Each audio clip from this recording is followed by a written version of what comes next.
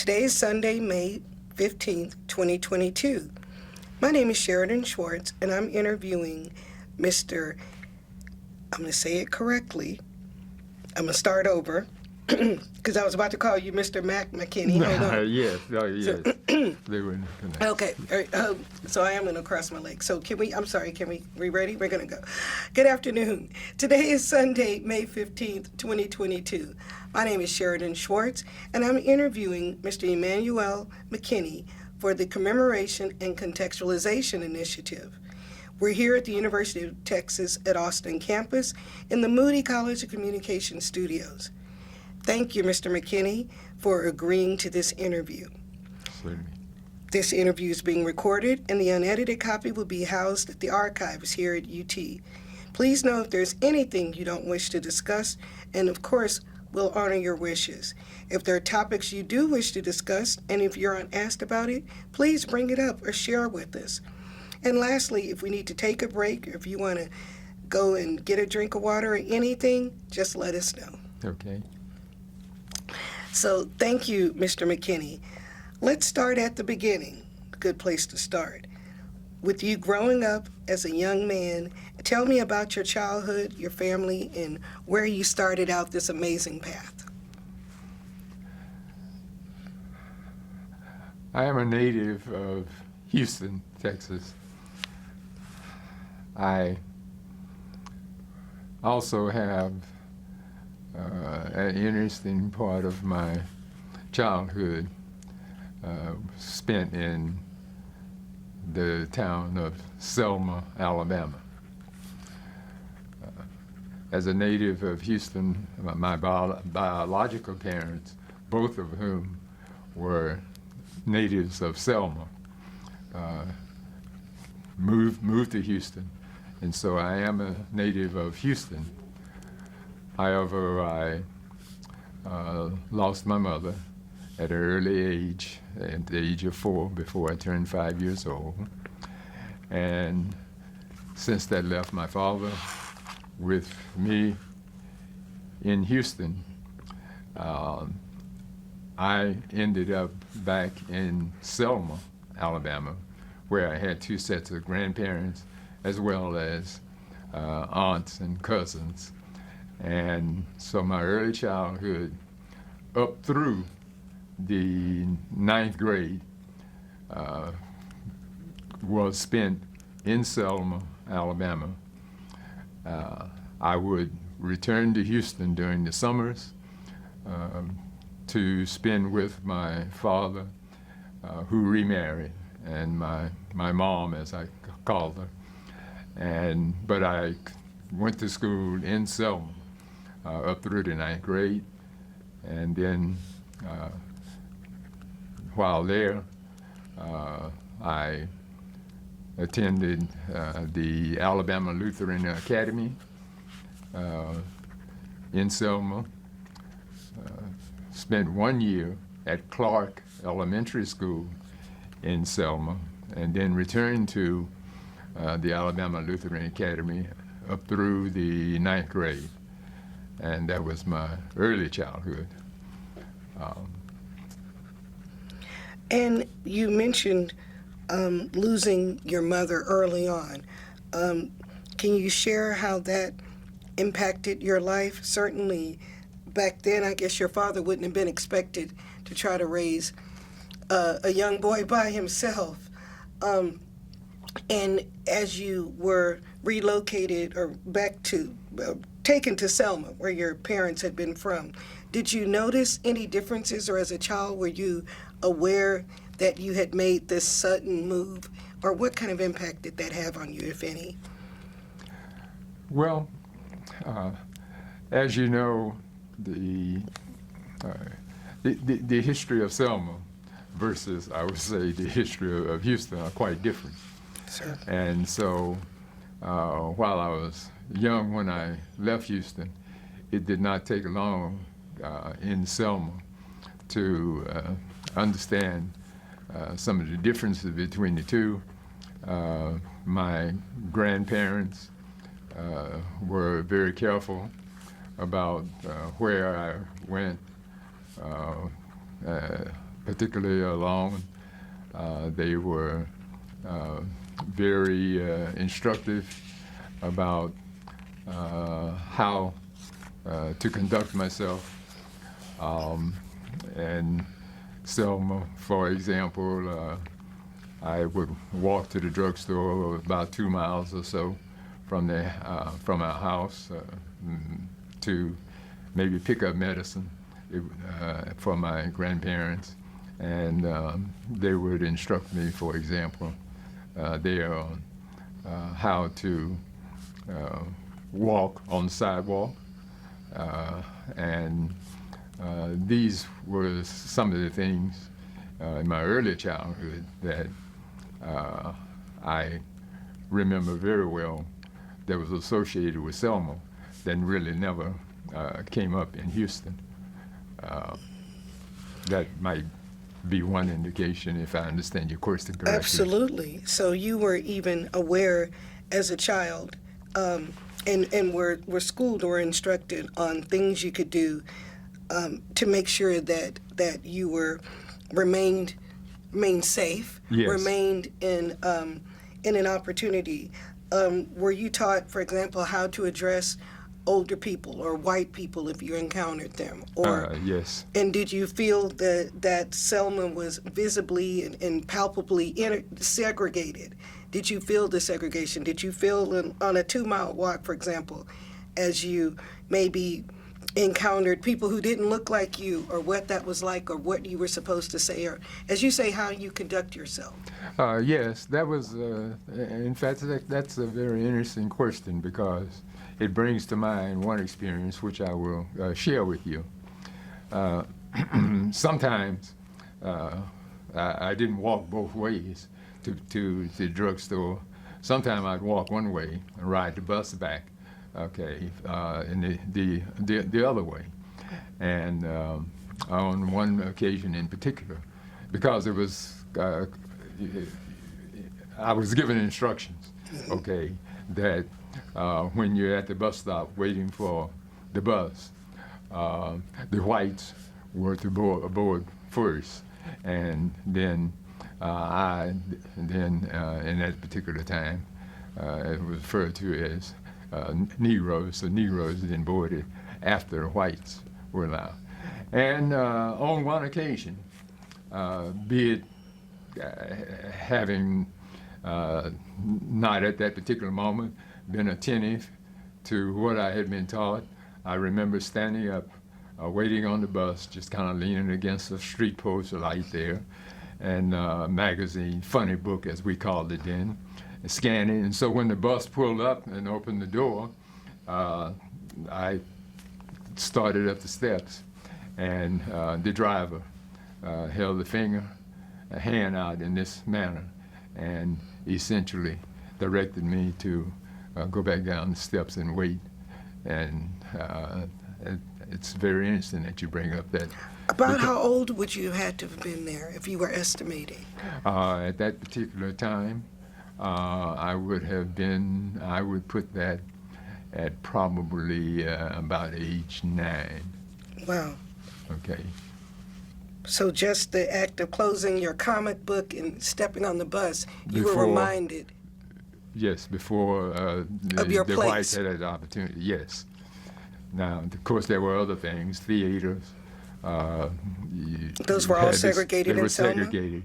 You could sit upstairs. You could not sit downstairs, so you had to go upstairs when you go to the movie, to see the cowboy movies, on the weekends, as I got an opportunity to do. Yes, a certain place to sit. And the buses themselves, I'm assuming, were there On the bus, you Negro go sections back. in the back? Yes, and you go to the back, yes. And it's ironic that Selma becomes, of course, later on so very synonymous with some of the civil rights activity from different types of boycotts, both there in Selma, nearby in Montgomery with the bus boycotts. Yes. But so here you are, even as an 8 or a 9-year-old, you're aware Yes. that there are certain places that you do not go, Yes. or certain things that you don't do, or certain behaviors you don't exhibit. Yes. And that had to, did you have mostly black teachers, black at your school? Did you? Yes. Absolutely. Now at the Lutheran Alabama Academy? Lutheran Academy, Yes, sir. there was a mixture. Okay, there was a mixture there.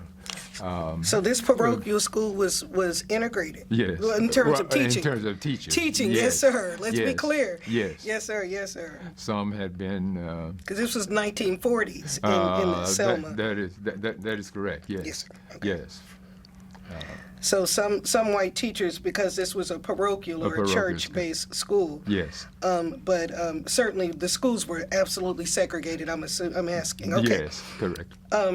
And so as that happened, you don't have your mother. You go from your grandparents. Both your mother's and your father's grandparents lived there. Yes. And did you spent time with either one or more or both during that time? I spent a short while with my maternal grandparents. Okay, and then a much longer span of time with my paternal grandparents. Did you? So you were in Selma until how long, or about what age, Mr. McKinney? I was there until up through the 9th grade, which ended in May of 1954, and my birthday is in September, so I was 13. Did you have a concept of where Selma was in terms of this, at that time would have been the very beginnings of civil rights movement? Did you have a sense that Selma was going to later be so much involved with the civil rights or the fight for civil rights at that time? At that time, And this would have been early on, 1954. Yes, Yes, sir. at that time, I did not. But I later, as I understood what did happen there, I recall now I passed by the church on, I believe that was Green Street. I think it was Green Street Baptist Church, if I got it correct. But whatever the name of the church, I passed by there for the 1 year that I went to the public school, Clark. To Clark School, Elementary. yes, Yes, sir. passed by there daily. That was part of my route for going to and from school, because I walked to school. School was probably about roughly a mile from the house, my grandparents' house. Did you, going into this time, this sense of Selma being so segregated and being kind of, it sounds as if I'm understanding that there were very rigid roles that as a young Negro child, for you to play in the grander scheme of things, did that influence you in your decision on where you then went to high school, or what happened to you as you say, sort of growing up? At what point did you say, I don't want to be under my grandparents' thumb anymore?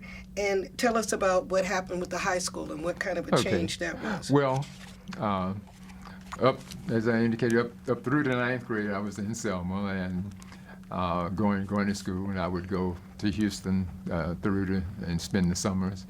But so you would spend summers with your dad, yes, his new wife, and his wife, your stepmother. I'm sorry. That's right. Yes, and then of course as I got older and wanted to just, I guess you might say, be out a little later, and maybe go some of the places a little. For example, there was a swimming pool there with some music and a little dance floor and etc. inside the building where the pool was located. And wanted to be more socially involved. I think, as I look back on it now in particular, my grandmother in particular, my grandparents in general, felt like, and that it was probably better if I was with my father, and so my desire to begin to be out a little bit later and everything, and their desire and concern about making sure that I was safe and did not, Do you running into think? difficulties. Oh, I'm sorry, sir. Yes. Do you think that Houston seemed to represent maybe a chance for better opportunity for you? Certainly for you, maybe socially, you thought you'd have more independence, but do you think they thought that maybe that Houston was a better place for their young Negro grandson being with his father? Or now that you look back on it, did Houston represent a type of a freedom for you because you were going to be a little bit more on your own? What was that? Because that seems like a really key, important time to switch and go halfway across the country Yes. and go to a new school. Yes. So, Well, I think the main thing there on the part of my grandmother in particular was the concern that it would be a safer place for me as call it a teenager, a budding teenager, and the normal, I guess, freedoms and involvements, social involvements, and that a teenager would like to have at that time. Certainly, she was. My grandfather was poor health, so my grandmother, that's my paternal grandmother, who I spent most of the time with, was the primary one who was seeing after me, and so I think that was probably her major concern. She did not necessarily express that to me, perhaps, as deeply as she may have expressed it with my father and with my aunt, some of his sisters, who was there. now, you go to Houston where your father is and your stepmother, and now in high school you end up at Booker T. Washington, Yes. which then certainly was one of Houston's most premier schools in terms of science, math, engineering at that time, and certainly even now. So tell us about your high school in terms of how you think it fit into the trajectory of your life. Well, quite frankly, I was very pleased and certainly a little surprised that things worked out as well as they did, because as it turns out, I was academically, I did not. I had been prepared adequately in Selma to move to a larger, Houston being much larger than Selma, and the schools and et cetera, and still be able to do well academically, and the other thing, of course, was that I had a wonderful set of classmates. I mean, I was well received and fit into the class. The only sport that I played was baseball, and so while the small private school a parochial school in Alabama did not have the traditional sports, did not have football, okay, and et cetera. But I did play baseball for a couple of years at Washington, and I was so well received, and as a newcomer, because I had not had those elementary and high school experiences with my classmates that I suddenly come in, but I was, elected as president of the senior class. Really? Wow. And so, for someone who got there in 10th grade, that's quite amazing. yes, and so much so until I made a vow that I would remain active with the Alumni Association, the Booker T. Washington Alumni Association, for as long as I could, and so I always did, because I thought I was well received. Well, that leads us into those next questions. So you transitioned to this larger urban environment, and you were already aware. You've mentioned a little bit about facilities and socializing and some things that a larger in city environment sort of gave you in your school. do you, was it there that maybe a seed was planted, or where were those seeds planted about education, about furthering your education? Because in the 1950s, it was not always assumed that a young Negro student, even a really good one, would necessarily continue on to college. Yes. And so talk about those decisions, or that a little bit about that, if you don't mind sharing. Well, no, not at all.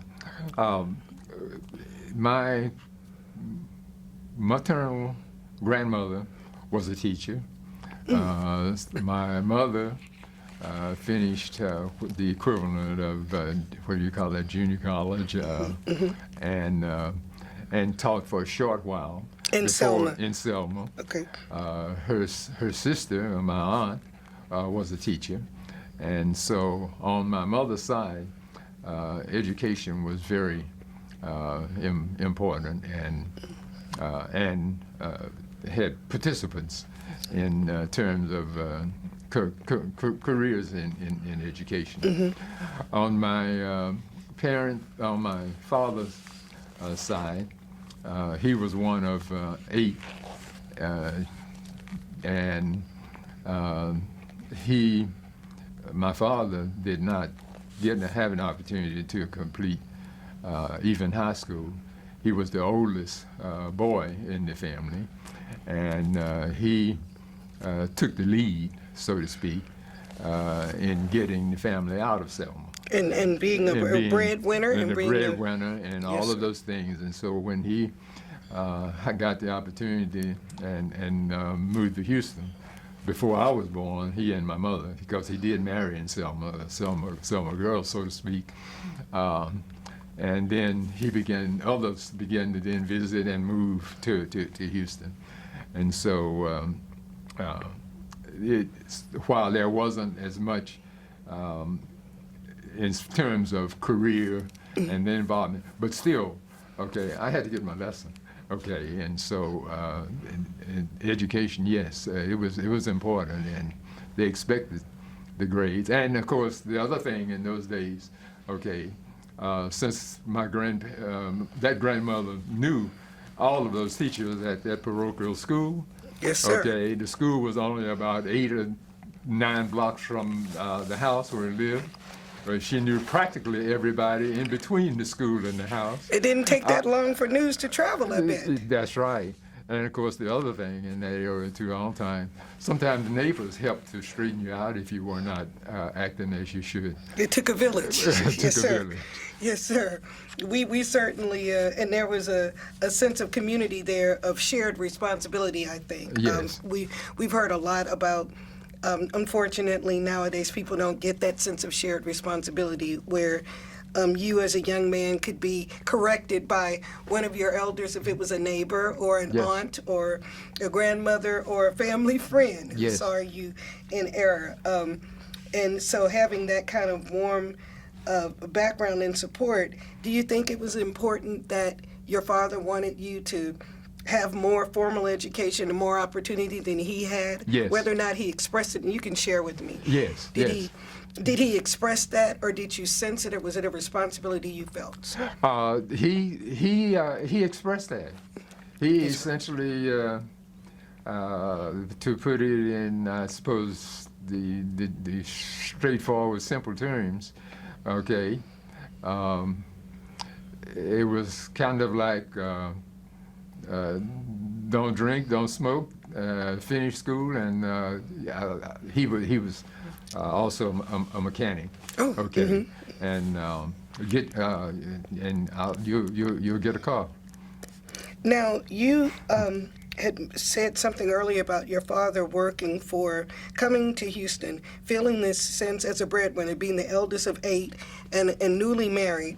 He comes to Houston to work for a well-to-do oilman, Yes. a white oil family that was here in Texas, that an uncle arranged this very important job to work for this oilman here in Houston. Yes. Well, in Houston, here in Houston. Texas. Yes. But in Houston, what kind of, do you think that also set up a sense of expectation of getting a look at, there's a whole different maybe social economic opportunity that existed out there Yes. that maybe would have been harder to get to from where you were, or harder to get to from where he was, let's say. Very, very definitely. And did that maybe shape some of the thoughts and concerns about you making your next steps? Yes.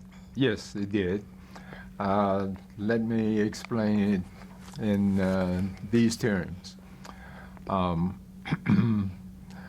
Yes, you're right. My father came to Houston really upon the recommendation of a Anglo fellow there in Selma who had an uncle who was in the oil business in Houston, and he recommended my father to his uncle to be a chauffeur and all around, Mechanic, handyman, handyman, facility. sure. Yes, and as a kid, then particularly during the summers when I was there, okay, I would go to work.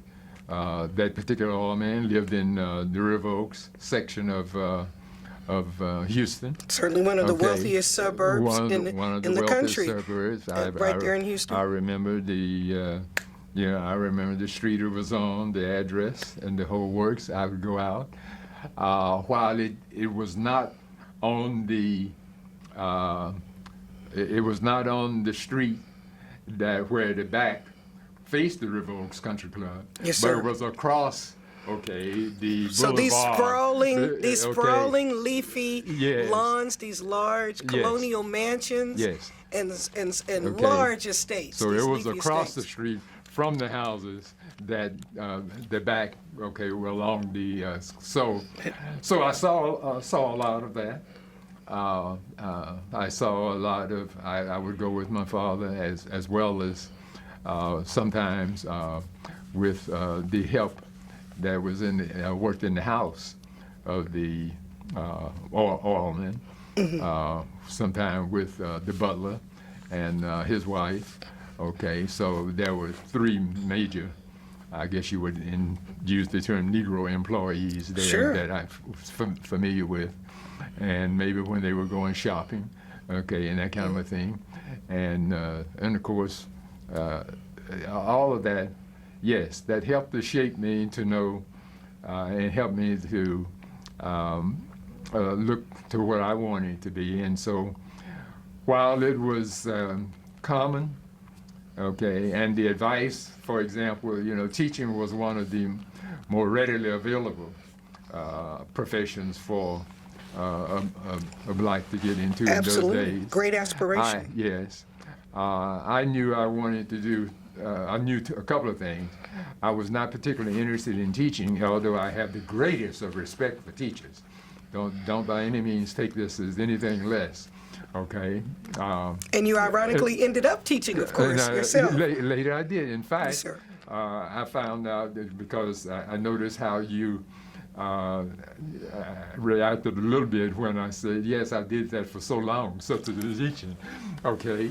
But when you see someone who is interested in math in particular, because it has a reputation of either being tough or being shunned by a lot of students, who really wants to learn, okay, and you can be of a little help, okay, in getting them, and you see them master some of those things, or certainly understand them and apply them, it gives you a good feeling, okay? Sure. It gives you a good feeling, and that hadn't been part of my experience before, okay? And so, but I wasn't particularly interested in being a teacher, because even though we didn't have nearly the discipline problems in those days, paddling was permitted in those days by the coaches and the vice principal and et cetera to get you in line if you got out of line. But still, I knew enough and saw enough. I didn't want to be bothered with some of that. And then number two, I wanted to do something to make a good living. Make a good living. A good living. Those are real motivations, right? Those are Yes. things that you feel and you act upon. So when do you start thinking about college coming as you're coming out of Booker T. Washington, or when do you start putting some plans together, as it were? Okay. Good question. It was kind of like a given that you expected to go to college. Okay. After so. The main thing there is how do you pay for it and Yes. okay, and so that wasn't much of a decision as to what to do next. I can jokingly tell you that when on one occasion my a young high school classmate that I had a little bit of a romantic interest in, and anyway, introduced it to the family on one occasion. I can tell you that afterwards, my mom's words essentially were nice girl and etc. But you can't take care of yourself.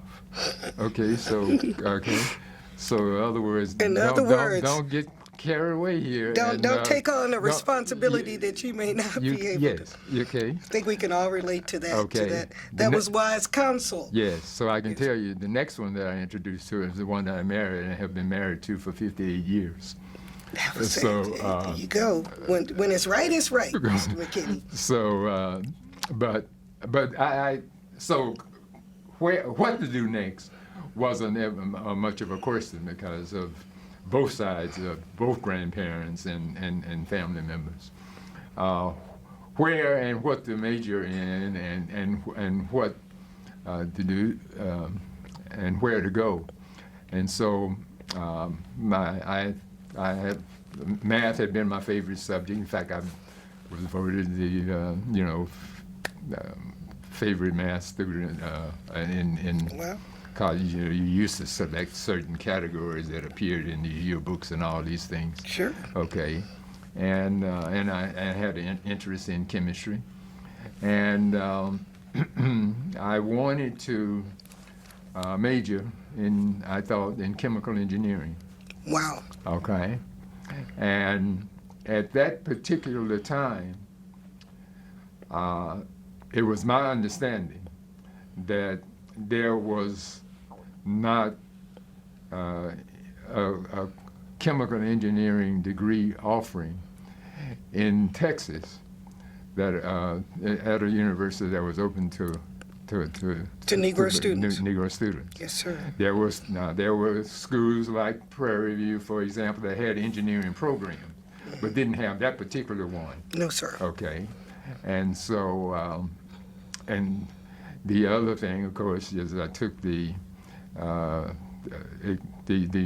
examinations and College entrance exams. Yes, and did fairly well on those, and so. And then the other thing, of course, was I had my favorite math teacher, happened to have been a graduate, probably graduate work, but a graduate of the University of Michigan, and my math teacher, and she wanted me to, push me in math, and so I gave some thought to that, but the money wasn't long enough. Okay, for that out-of-state tuition. It's very expensive to go across the country from Texas. Yes. And so all of those were things that pointed towards the University of Texas. Now, had you recalled hearing about UT as a young black man coming out of Houston? Of course, Heman Sweat himself was from Houston. And certainly fought and litigated a lot of the case from Houston, Thurgood Marshall coming down. What did you recall hearing about the Heman Sweat or the Sweat versus Painter case, or realizing that Texas had been at this forefront? I just wondered if you ever, in the back of your mind, you're a young man, if you heard about it in terms of that, or desegregating of universities. I had not been attentive or necessarily heard about it in those terms, but what I did once it became one of the schools that did offer, a chemical engineering degree, there was a student who had transferred there, okay, the year before, who was a member of his parents, my parents, of the same church. Okay, there was a member who had gone to another school, black college university, and then when UT opened in the year of 1956, he transferred there. And so when I began then, as I began to try to think in my senior year, my mother suggested that I talk with him. And what church was this from, Mr. McKinney? Damascus Baptist Church in Houston. Okay. Yeah, 3122 Center Street in Houston. Yes, sir. Yes. And so I went over. Yes, I remember going over and talking to him. John, his first name, but I'll think of his last name a little bit later, probably somewhere along the line. But anyway, yeah, we sit on. Used to have swings sometime on the front. We sit there, and we talked a little bit about it, and then the other thing is that unknown to the principal of my school, there were a couple of teachers who felt like I could make it. I could qualify and get there and go there, and they suggested that I consider that among others. So they actually planted the seed to you that you could go to and thrive and succeed at the University of Texas. Yes. And you had someone to talk to that. Yes. Now I will share with you that. And it's interesting because I haven't really sat down and thought about this a lot. I mean, I didn't know what you were going to ask about on this. But in my senior year, as I was walking around the campus there, my principal, we met up. I was walking around. You know where the old Booker T. Washington was located? Yes, sir. Back in my time frame? Yes, sir. Okay, all right. In Houston's historic North Side, yes, sir. Well, even before that, okay, when it was located in Fourth Ward. Yes, sir. Right Well, there. north of the, yes. Before it got to. Which has now been expanded to be in the because Heights nowadays, yes. yes. So I And the actually wards being finished the from the one that political was on neighbor. Dallas Avenue before the one that's in Houston now, and Yale came yes, sir. into existence. Yes, sir. So my principal, he stopped me and he said, "Son, where are you going to school?" I'm a senior now. He said, "Where are you going to school? Going to college?" I said, "I think I'm going to UT." He said, "Son, why do you want to go there? They don't want you there." And I said, "That's why I'm going." Well, the teachers thought I could go there. It offered the major that I was interested in, but he was right. They didn't want you there. I mean, they're showing that, okay, because they didn't let us there until the prior year, just a few months earlier, okay, 8 or 9 months earlier. Okay, the 56 class was there. I'm in the 57 class, but I was, and I get that answer as I think back to it now. Okay, I had some sensitivity to what was going on, but that Sure. wasn't a major focus of mine. But I was a child, a youth member of the NAACP. My parents were active politically. Okay, Sure. were precinct chairperson at one. In fact, I think both my mom and my dad were at different times. Okay, so I was aware, but I personally was not. I mean, that wasn't a major focus then, but still. So his words didn't shock you when he said It didn't they shock didn't me. want you there. No, that he wasn't the said- first time you. He said, "Have you considered Dillard University of New Orleans," which I think was one of those, and so those things. And the last thing I would say about okay, is it seems to me that, at least it was my experience at Booker T. Washington, the teachers, it was almost like they considered me, okay, since I'm talking about me, but students in general, as extension of them. They were interested in how you did and how you performed. I'm sure went well, and they had been your teacher, gave them a sense of pride and satisfaction. After all, you don't go into teaching for the money. And so, No, sir. At least not in those days. No, sir. I remember when it was $4,500 a year. When my sister-in-law started, I think that was her first amount. So that's what I mean when I say you didn't go into it for the money. And when you look back on it, and also at that time, especially even in segregated schools, which you say a lot of the teachers weren't just your teachers, but they were in your communities. They went to your church. They may have been your neighbors. Yes. Your the people that you interacted with, both in and out of schools. So you had a sense of a community that was beyond just the classroom walls. Yes. And so, so much so until I was just motivated to not fail, okay, to satisfy them, to keep, to not embarrass them, just as I was for my parents, okay. You had that I don't know whether that exists now as much today as it did then, but it certainly did exist then. That was my feeling. When you found yourself going to UT, as you started to make the preparations for UT, did you carry that sense with you of responsibility of not to fail once you were there as well? Like, I can't go home and say I failed. I can't go home and say I got put out. Yes, it got better as I got, okay. All right, I started out very young. I was only 16 my first 2 or 3 weeks at UT. Okay, and so, and you're out, you're on your own, so to speak, for a little bit. But yes. Little okay. supervision, perhaps. Yes, okay, but yes, I could not fail my parents and the teachers and those other church members and et cetera, because.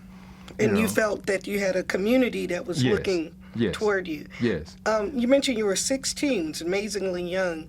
So had you been to the UT campus before actually enrolling? Had you been to Austin at all? And what were your thoughts when you first got here? No, I had not been to the campus. And so when I got here, my first trip here, and I am in Austin now, yes, was on, whatever day, it was a weekend day, as I recall. So I'd have to look back now to see when, but we got a little trailer, loaded up my things, latched it up, so to speak, behind the car, and my parents brought me here, and in those days there was something called Gregory Gym. You received a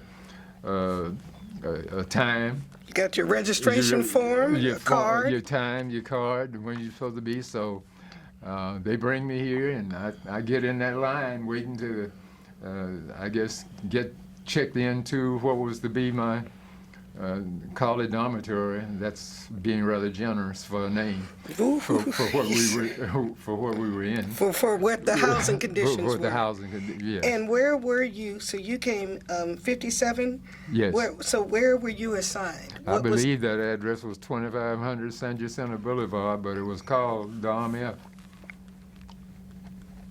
Wow. Were you? It's right over behind the law. It was, at that time, it was right behind the law school. Were you aware that that in 1957 was it very clear that there were only certain places that you could live, or did you feel like the campus at the housing was open to you, or were you just going through you were just trying to get through, follow the procedure and the protocol, as it were? I was primarily just trying to follow the procedure and get settled in. The only thing that I knew requirement I had was essentially I wanted a single room. Okay. And Were you able to get that? I was able to get that, and believe it or not, Dom F cost me $90 per semester for a single room, and $90 per semester for a single room. If you had a double room, $45 per semester. Wow.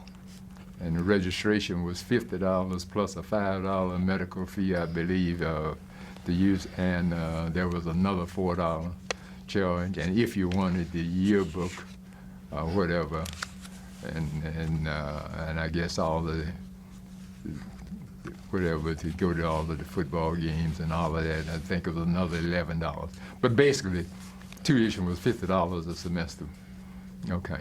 Now, we're saying that, and that it sounds so It small sounds now. unbelievable. I can tell you, my Yeah, kids, it does. my grandkids. Well, tuition is escalated a lot. Yeah. But at that time, did you feel that it was going to be a burden or a stretch on your family, or did you feel, were you on scholarships? Were your family paying? Did you have help, or what were they? How were you handling your fees and your tuition? It was all family. Even though I was an honor graduate, I did not qualify for one of the very few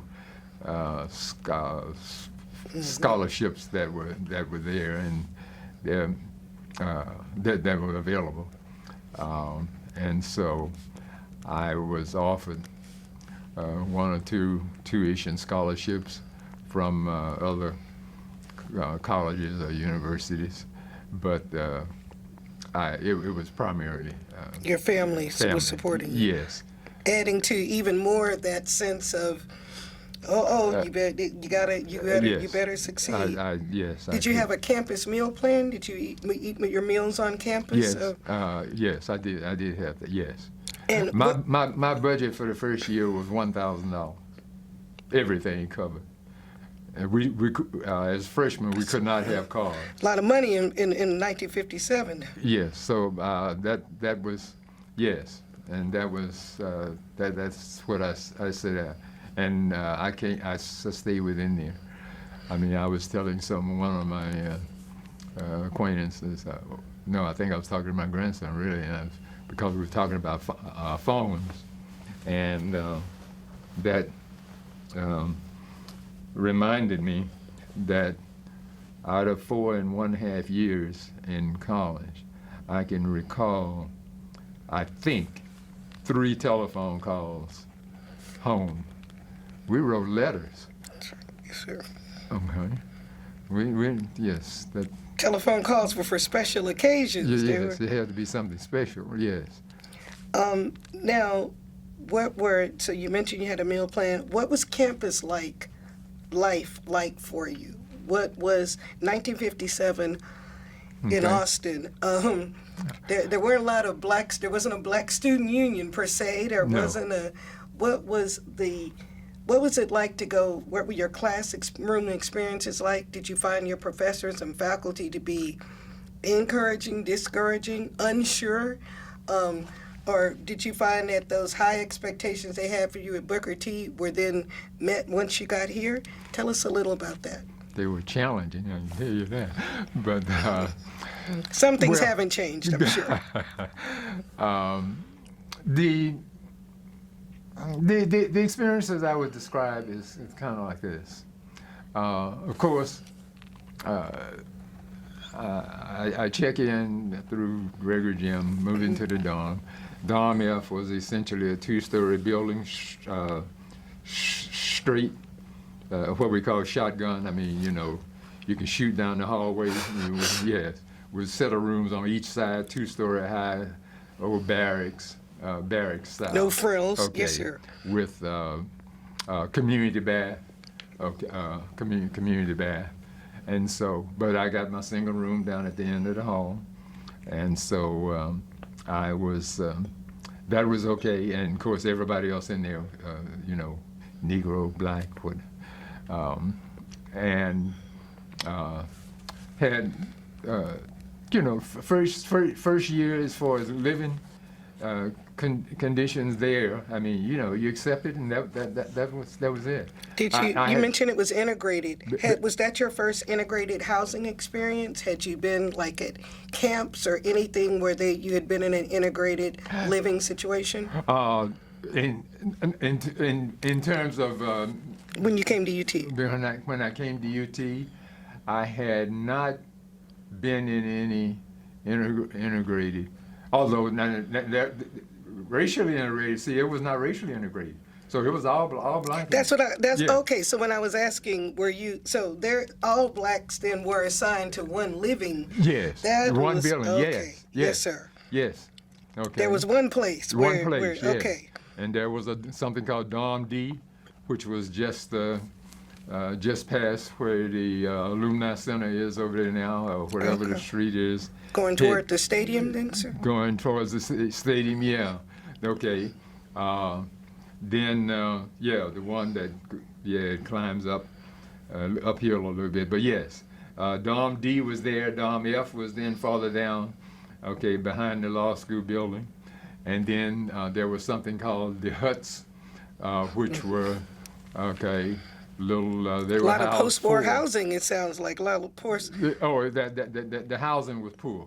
Okay, I mean, yes, it was just there. And then even more worse than that was there was none for the black females. For women. Yeah, For women. there was none. I got here in '57. There was none. The year '56, the year before I got, and then the following year, because they lived in something called Eliza D. Hall, which was then on what is now I-35. Over there, what is that? Is that 12th? No, it's not 12th. I forget Austin as much, but anyway. Right, yes, sir. But where the okay. highway went on to be. Yeah, but the highway essentially knocked that out. So for the first 2 years and my freshman year, so then socially, there was no place on campus other than the regular student building. I mean, you know, you assembled in your little groups or something, maybe in between class or something like that. But otherwise, we had to walk over to where the Eliza D was, if we wanted. And Almost to HT, sir. where I was about to say, okay, and then you on past that, so we went over to HT, okay, and just as a little sideline, I guess, okay, HT halls, and you know, they closed up earlier than UT, so we could go there and then stop back, okay, on the way back, okay, by Eliza D. Okay, now, you know. HT being a church-supported school. Yeah. Probably, yes. Yes, okay. And you could, on that walk back. Yes. Then, campus. okay, the Eliza D was still open, so we could stop back there. And then eventually we walk on back to the dormitory and then start our study. Getting ready to meet, as I indicated, yes, it was challenging academically, but as I indicated, once you successfully got through it, okay, you didn't have to explain where it was and what it was about. That was well known. Can you talk a little bit about the relationship when we say about Austin? What was Austin like beyond the campus hedges, so to speak? Oh. So Houston Tillotson played a role, I guess, socially, for Yes. things like church attendance or Okay. for if you wanted to have entertainment or go hear music or do whatever. How did you proceed from campus, if that was an option, or Okay. how did you feel the off-campus hours? The church I found very receptive. I should mention specifically the University Baptist Church. The pastor, I remember his name was Blake Smith, Reverend Blake Smith, and they would have receive and have little activities for students and the black students were, Welcome. So even though it was a white even though it was institution, predominantly white, but they made you guys feel welcome yes. and included you. You were included very, in. very much so, and really were open to us on a watch care basis. Okay, while we were away from our regular homes, and so that particular that was interesting. That was located right there on the drag. Sure. Okay. Beyond that, movies, no, not open, not available. I certainly participated in the call it walk-ins or whatever, but essentially we go up, try to buy a ticket to go into the movie. They wouldn't sell one to you, so go back and get to the end of the line, and we did that kind of a thing as part of protesting. So in the late 50s, you still could not buy a ticket to the movie theaters in the city of Austin itself. That is correct. What about, were there lunch counters or certain restaurants or places that you did not feel you could go to, whether it was expressly prohibited or if it was insinuated that you no, were? it was expressly no. One of the classy restaurants there. I want to say the name of it was the Nighthawk. I don't know if those places still probably don't exist anymore. The Nighthawk. The Nighthawk. As seen in the. But movies, the other places along. Now there were a couple of selected places right off of the campus, not on Guadalupe. I cannot think of one. Oh, I'm sorry, not Guadalupe, but the drag. Okay, that I cannot think of one that was open to like along that particular. Okay, the designated places to eat on campus, those were available. But even those, they closed up on Sunday. I know there was no Sunday afternoon during my freshman year. During my sophomore year, and from that point on, I had a car, so I was blessed. Wow. Okay. Wow. Okay. So most of my experiences where the, I guess, social outlets and et cetera were terrible. Okay, it was my freshman year because sophomore year on, okay, I happened to be one who had a vehicle. And so that helped quite a bit. So, but now there were a couple of places, and then of course over on the other side, east side, you mentioned churches, and there were one or two restaurants. But in addition to the University Baptist Church here, which I participated in some, okay, there were a couple of churches on the east side, But once you had access to a car, you had access to a little bit wider range because you had to go beyond the campus parameter to get to things that were open or available or welcome. Yes. Now one of the things that probably won't be found published anywhere. For example, once I got the car, okay, none of the sports activities, athletic activities were open to blacks in football, basketball, none of that. Okay, track teams would come in from other places that had black athletes. Okay, and remember now they're coming from Kansas and other places, and they come in. Okay, well, see, they face the same thing here. Okay, so on at least a couple of occasions, we made contact with those guys in some way or another, and we take them over to the visiting athletes. So then you would show them where they could go and. Yeah, so we take them, get them, show them where to go, take them, get them back. Make sure that we didn't do anything out of order to get them in trouble as athletes, Absolutely. such as no alcoholic beverages and all that kind of stuff to really protect them. How did your family, when you you certainly were blessed to get a car, and so they certainly were supporting you in going there and in helping you out. How do you think that your family felt about you being at UT? Did you remember them expressing a sense of pride or what wonderment?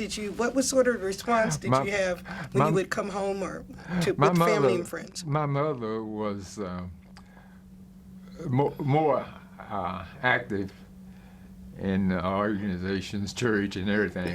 Both my mother and father were both. My father was a deacon and all that, but still, my mother was the more outgoing of the two. She had quite a bit of pride in me being a student here under the circumstances, and that's why I say I couldn't let her down. Could not fail. No, I couldn't let her down. My dad may not have expressed it as much, but I couldn't let him down either. But she was more open, man, because she just shared with others more. She was more talkative, okay, and that stood out. And okay, that was a driving force. Now, one other thing, and I jokingly tell this, but it's true. I was doing okay, but I wasn't, as one high school teacher put three of us through, two of my close friends in high school. The three of us ran around together, so to speak, in high school. And on one occasion, there used to be a class called civics taught at Booker T. Washington in high school and everything. They don't teach that no more, but the state of our country, they need to teach it again. On 6 weeks, she called, so we've been fooling around, I suppose, and she said, "You're not going to get an A." And why? That was our question. Okay, she's deceased now, but her name was Jenny V. Hayes. And she said, "So we're doing our work?" She said, "Yeah, you're doing your work, but you aren't doing what you are capable of doing." And that very next week, "Okay, Ms. Hayes, what do we need to do?" And she said, "Okay, I'll tell you," because we're sitting there, and my two buddies and I. And so that very next class period, afterwards, she met with us, and she gave us a special assignment, and we met in my house, the three of us, and with a special project. And I mention that because essentially, I don't feel like now, as I look back, that I did as well, okay, early on, as I did later. That's why I say, okay, but as I saw my mother and how she shared with others, maybe where I was when I saw the challenge and really understood it here. Once I got the call with very specific instructions on what to do and not to do with it. Okay, my dad was a mechanic, so he and my uncle would overhaul cars, among other things. So it wasn't that they had a lot of money, but it was that if one broke down, they could fix it. Okay, and so consequently, we did. I got better at that, and I understood. I felt like, yeah, I had to succeed, okay, because so many people expected me to, was pushing and supporting me, and I just had to, and so I had to get my act together, and so what put me in the final stage of the last couple of years being better than the first couple is that there was a young student that came in here at UT, black student, his major was the same as mine. When he got here, the rumor was, by the way, he came in 1960. Okay. I came in 1957. He got here, and I don't know, but the rumor was that he got somewhere between 1 and 2 semesters of advanced credit. Okay, he was that kind of a student. And I got to know him, and when that made an impact on me, because I say, now there is a level beyond which I don't go, and that level says I don't let somebody come in here 3 years after me and possibly graduate before me. Okay, all right. Do you remember that? Do you remember that student's name? Raymond Johnson. Raymond Johnson. Raymond Johnson. Raymond Johnson is in the first black mathematics graduate of Rice University? That's the one. Oh my goodness. That's the one. Whoa. Okay. I'm pretty right? Are we talking about the same one? Oh, Yes, okay. we're talking about the same one. Yes, sir. Well, Yeah. that's, so, whoa. I heard he was a strong character, sir. I Yes, heard sir. he only got 2 B's, and I don't even know if he got 2. I didn't get that from him. Okay. I've heard some stories about there's a professor that said, I'm never going to give a Negro student, I hope he Yes. said Negro, I heard that. An A in my class. I don't care how hard you work. Yes, That's- I've heard that too. Okay, so that gives you. So when Raymond came in here, and I said, then I got serious. Whoa.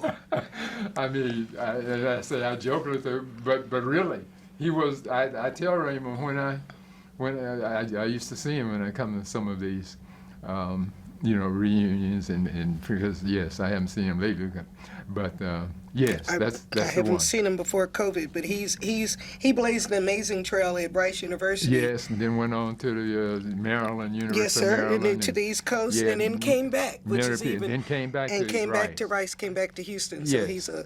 Yes. And so that says a lot. That tells me a lot about the circle you ran with, sir. Well, Mr. McKinney, because there weren't that. I was going to ask you, were you aware of who in your major, in your groups, were your peers in terms of your academic Yes. achievement, who you're measuring yourself against? yes. Now the other person that I started out in chemical engineering. Oh, yes, sir. Okay, and the fellow that was a student here, okay, John Hargis. Oh, Okay, he was. yes, sir. Yes, he and I were good close friends. Okay. Did you guys, as you walked along the campus and as you went about being a student, you've talked a little about the expectations you had in terms of home, but did you feel like pioneers or precursors? Were you aware, or did you ever talk about what it was like being some of the first? And by then, had you heard a little more about Heman Sweat or his experience, or just not even Heman Sweat, but just some of the others? Yes, yes, we talked some about there were. I mean, after all, I was in the same dormitory, for example, with Marion Ford. Oh, of course. Okay, yeah, we were in the same dorm. In fact, Marion, yeah, I jokingly say, see, I didn't understand. We both like to play cards. Okay, and what I didn't understand was that Marion, and remember now, I'm talking about freshman and sophomore years, and and then he left after that. Marion liked to play cards, but when we come in, and we've at the designated cafeteria, we get our lunch and everything, we might play a little basketball or a little something like that, okay, and then we come in, it gets dark or something, we play cards for a while. I'm sitting there and others, okay, we're playing cards, okay, all right, but we're gonna, study after the card game's over. And Marion has already studied, see, because, okay, he has utilized his time, okay, between classes, in the library or somewhere else, okay, wherever, all right. So he's already done what we are sitting there playing cards, and he's playing cards, And of course, he was competitive. Okay, we were competitive card games and everything. But that's why I jokingly say, okay, a person like that, okay, yeah, he can have a, what you want to say, an impact, okay, on how you do, because Sure. yeah, and you think you're just being part of the game, socializing and everything, and you wonder, okay, what's the difference between here, one versus the other? How you utilize the time, okay, and understanding, yes, and so other students, we talked about the fact that Marion also was another one who transferred in. He had been other places. Yes, sir. He had also been a football star in Houston. Yes, sir. And had Legend, football legend. yes, a legend in Houston. I believe he even played at the University. I believe it was Illinois, if I got the right Illinois right. Okay, and when we first he in the year before I got here, he was here in the year before. Yeah, even before the '56 year when it was open, I believe '55 he applied. Okay, and this history may be the accuracy of it. Yes, sir. But he had applied, and some way or another it got out that he was going to play football here or was going to try out or something.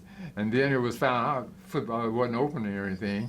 And if he had been accepted, then, hey, there was pushback until later. And I believe even John, in trying to qualify for chemical engineering, wanted to send him off or pay for him to go somewhere. It must have been Prairie View or somewhere Right, that had the engineering that's school. the story I've heard, that Hargis was, they were, Okay. nudging him toward Yes.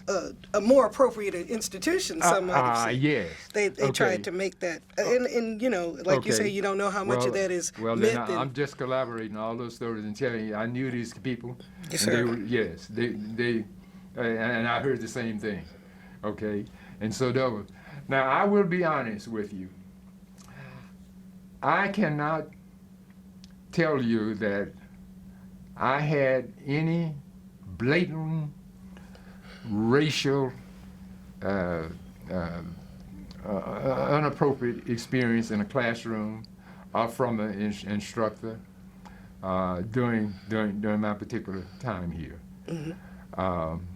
which 4.5 years. I thought about that, but I really didn't have one. No teacher made those kind of remarks of teacher get an A, you get a B, or no black student gets an A or anything like that. Nobody knocked my books. I didn't have any trouble out any students being in any way inappropriate. Others did. Okay, and I thought about it to the extent that I asked myself, was there anything different? And then the only thing I could think of was that at least 20% of my classes were spent in the military. Okay. So you were an ROTC student. When did you actually start your ROTC exercises as part of your formal, as part of your formal UT experience? And as a freshman. So you did ROTC all 4 years? I did not want to be drafted. Yes, So sir. remember, the draft was in effect in Yes, those sir. days. I did not want to be drafted, number one. Number two, I did not want to go to the Army. Okay, and so Air Force. So I joined the ROTC. Well, the first couple of years I just considered kind of standard elective or elective or whatever. Okay, but I decided I wanted to go in as a commissioned officer rather than as a foot soldier going through shooting and doing what the Russians are doing over there now. And so I had made that decision, and so I joined the Air Force ROTC, took classes. I joined the what we call the Orange Wings drill team, okay, and some of those pictures or something of that will be in there, okay. Now, did you feel that, did you think that UT was another method or a way of keeping you out of the draft? I mean, certainly if you hadn't have gone to college, which you already said wasn't an option not to go, but were you conscious of also staying in school as being a way to avoid being drafted or avoid being conscripted, I guess is the term. But. Well, yes, I did think that yes, being in college and not, that was another motivation for succeeding and not, dropping out or flunking out, because if you were not in college, I thought that made you more available, yes, okay, to be drafted. So that was, yes, that was. Was your ROTC integrated or segregated? So was your unit, would you have been in a segregated unit, or were you in an integrated? Oh, integrated, yeah. Fully integrated. Fully integrated, and that's why I was about to say that. That may have had a lot to do with your. That may have had a lot to do with it, because let's just say 20% or so of my classes were in a military environment where there was not supposed to be any of that kind of stuff. Right. Okay, and then back then, I know ROTC could mean an extra semester, 2 semesters, or full year, depending on how you did it. Yes. And so that's why you had the extra half year. Yes. I understand. So one reason, beside I switched my major back to math, which was my which was your first strong love. suit. Yes, sir. And it was also interesting. Okay, well, I'll come back to that in a moment. But yes, I did feel like, as I thought back, that may have had something to do with it if I had been in some of those business classes like Peggy was, just as an example. Okay, it may have been a different story, because she, for one, I'm sure shared some of her experiences. And of course, that was even a couple of years later.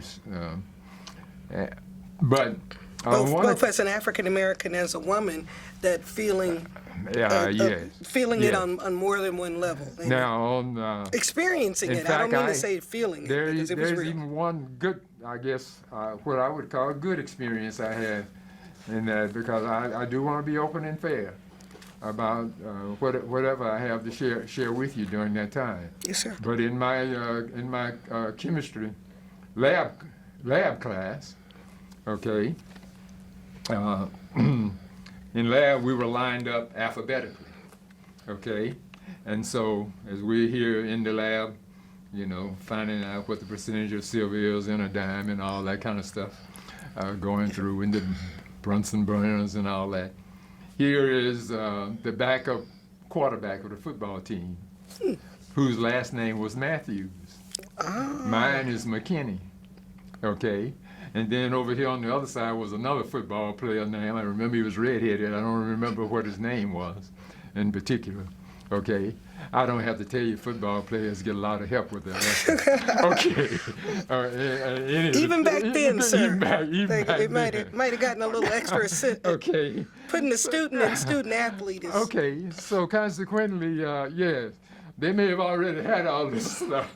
Okay, and so, yeah, and so they didn't talk over me, go around me, I was just right included in whatever they had. So I didn't, that was, now that I look back over it, and with the, concept now that I have and the sensitivity I have and what's going on in this country at this particular time. And so that's just one. Now, the last thing I was going to talk about on there, I ended up in mathematics. And so here I am, and on one occasion, there was a student who had come in the same year, 1957. He transferred in from Amarillo Junior College, I believe it was. He was a French major. He was in the Army up with me. And I was struggling now with, okay, what is it? Because chemical engineering was a 5-year program in those days. And then ROTC would have been another half-year credit program on that. My money wasn't that long. And even with it turned out to be 140-something, I think, hour program. because 120 something plus the 15 hours of ROTC, so 4.5 years, an extra semester. But I was talking with him, and anyway, so he asked me, he said, what do you like most? Okay, out of all the subjects. Okay, I said math. And he said, because I said, yeah, but man, I got to make some money. Okay, and engineering sounded like one of those to do that. I looked at being a doctor and trying to be a doctor and all of those kind of things. But anyway, and he gave me, these were almost his words, I'll paraphrase a little bit, but he said, major in what you like best. Shoot for the top. And the money at the top is good in any field. Wow. That came from a peer. So a peer. Wow. Okay, we were just talking. One weekend, okay, because it was just quiet, and a lot of people, we could get out on the weekends, and I hadn't gotten out yet. Okay, and we were just talking, and when that stuck with me, and so I went back to math, and I guess now that I can look back on it, okay, the computer field was just opening up then. My aspirations were to be a pilot. My eyes put me out of that. So after my brief military 3-year military thing, in fact, there was a course. It was called Math 355 that I tried 3 times to get into that course, because they were very strict about when you register and how they lined you up. They gave you a specific time. You have to go along your degree plan. Yes. I tried to even work backwards through Greco Gym to see if but every time I get in there, okay, that course was there were no more openings in there. It was I don't know if it's properly described as the first formal computer course, but it was certainly desirable. Okay, most highly desired computer course, because I could not successfully get in there, and I wasn't the only one. I think others heard that. But yeah, so that's how I got back in. That particular fellow is deceased now, but was taught probably French or foreign language. I don't know what else he did at Worthing High School in Houston for many, many years. Can we hold? Perfect. We're about to run out on that card, so I'm going to switch it really quick. Thank you. I was going to say now that we're off, so with that math 355, could you not get in it because you weren't a math major, or that was after you transferred? Was it like a computational math? No. It was just all those registered before assigned time, so the classes were full. It was no longer open available. Is what yes. The applied math now, yes. I focused on the applied math. Okay. Yes, I was in those years. Yeah, we call it theoretical math versus applied math. Yes. And my focus was on applied math. You got to help me out. See, I'm a humanities major. I'm liberal arts, so I understand. I'm trying. Okay. Here we go. I'm trying to make sure. In fact, I remember walking into one math class. It was one of those theoretical math classes, and the fellow, I think, wrote a line or something on the board, the teacher, and he said, "We're gonna talk about this, so we're gonna, whatever term you use, do this for the rest of the semester." I said, "Uh-oh, I'm in the wrong class. This isn't the right class for me." No, tell me how you do it, formula, how you approach it and everything, and let me use it to solve problems. That theory. But, I mean, if I were going into operations research or something like that and heading for a PhD or something, different story. So the philosophical aspects weren't as interested to you as the practical applications. Yeah, but if I got through here long enough successfully and money held out long enough to get out and start making some, I didn't see where I was going to.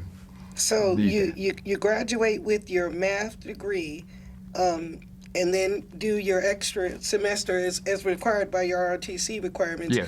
Do you remember anything about? Don't focus that as a requirement. As a requirement. I'm sorry. But okay, but the total number of hours and credits, everything, yes, sir. Yeah. So I ended up. You had to satisfy both your math degree and your the ROTC commission. Yes, sir. And so you were going to be able to graduate and go in as a commissioned officer. Yes. Do you remember that process of the graduation or commencement or going home and talking to your family or even the commencement itself? Yes, and since that was a mid, I call it midterm, but January, yeah, so January. Yes, I did not, I participated in the commissioning and the graduation and the swearing in, so to speak, as an officer, and all of that. And in fact, have some pictures that will be made available, showing that.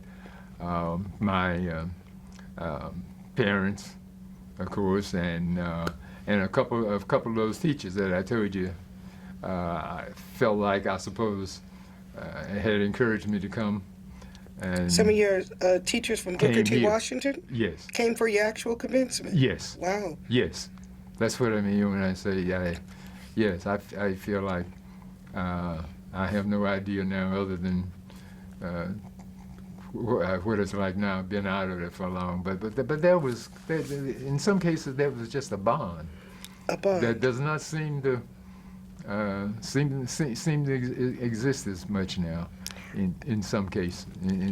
It makes me think of another bond when you talk of that you mentioned. When we talk about student activities, Yes. There were certain things you said were not open Yes. to black students no matter what. You guys could not just go and say, oh, we're going to just go to the football game, we're going to sit wherever we want. They just want those options. No. But you were able to join a prominent, certainly the first black undergraduate fraternity. Can you talk about how, as a student, when did you start becoming aware of the Black Greek system as it applied? And Black Greeks were relatively new compared to the Yes. white sororities, fraternities. Yes. So how did you make that decision? What inspired you particularly to pick Alpha Phi Alpha? And what were some of that decisions or those experiences like? Okay. That's a good question, because as it turned out, Alpha has been a significant part of my life. I did not have any particular association with Black Greek letter organizations prior to college. Okay, not Okay. a legacy because your father. No, my father did So, not. Yes, so none of that. So you came in with a clean slate. Yes, I came with a clean slate. And so here, as I recall, there were several Alpha men who had students who had gone to other schools, okay, and pledged into Alpha there, and then when they transferred here into UT, that put them here. There were also several graduate students who were here. There were, at that particular time, there was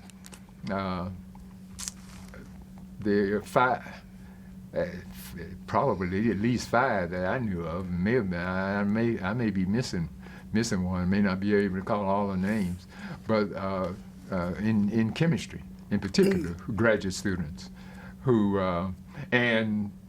at least 2 or 3 of those were Alphas. And certainly, I would be remiss in not mentioning that Heman Sweat, the first to attend after Yes. Painter versus Sweat, had been Yes. an Alpha who had pledged at Wiley and graduating from Wiley as Yes. undergrad. Yes. So the first to set foot on the campus, enrolled as a graduate student, in fact, was a member of Alpha Phi Alpha. But all of you had no chapter here. No chapter, yes. How did you form? You were influenced. You said you mentioned some Alpha peers that you had, some graduate students. Yeah.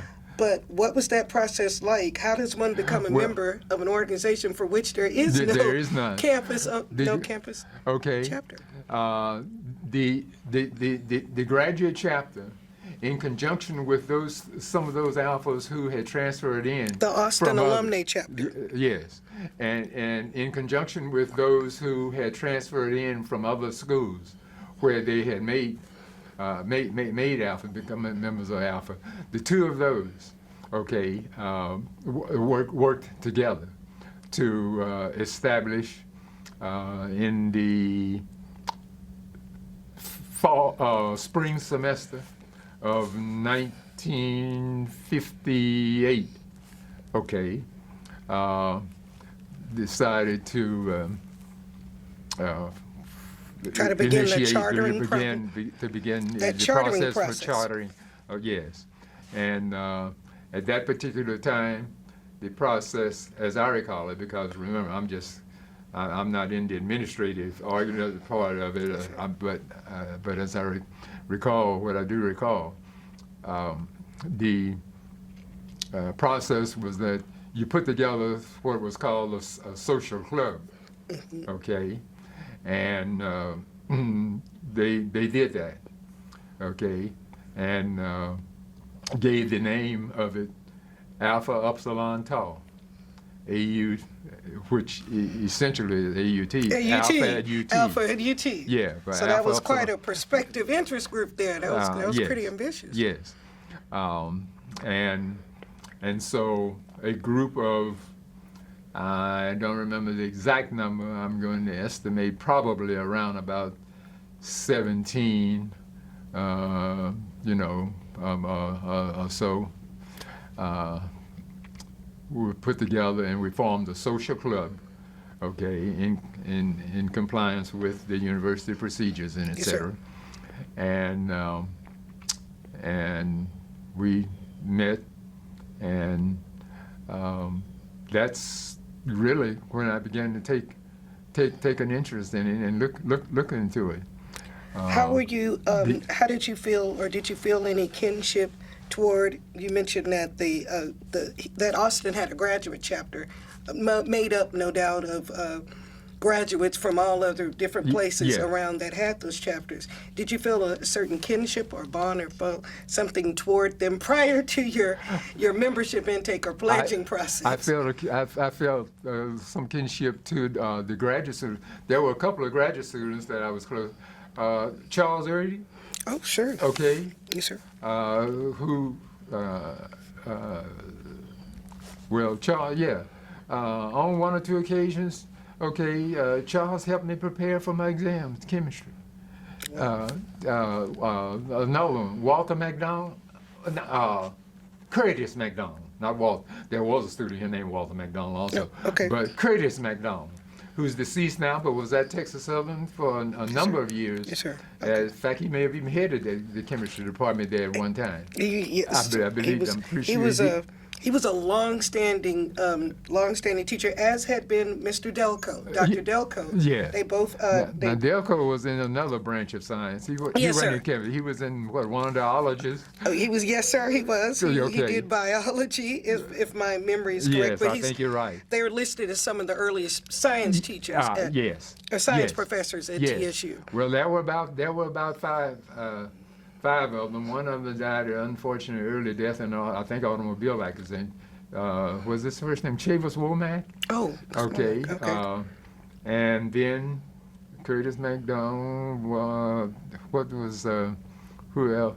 Oh, Lawrence Bay, who I think was around here in Austin for quite a while, and who it seemed like there's a fifth one that I'm having a little trouble recalling the name now, but I thought there were five. Now, did you, as you were going into this process, there's certainly a lot of time, and back then it was a significant time commitment to go through the traditional black Yes. fraternity pledging. Now it's abbreviated to some degree, as people would feel.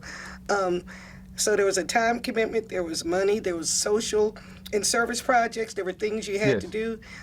Did you go into that what did family or friends or anything, did you say, hey, I'm going through this process? Or what were some of the things feedback that you received or heard? Or did you wait until you got through the process to really share it with people in your life? Your family back home or friends or people? The process of fraternity? Yes, yes.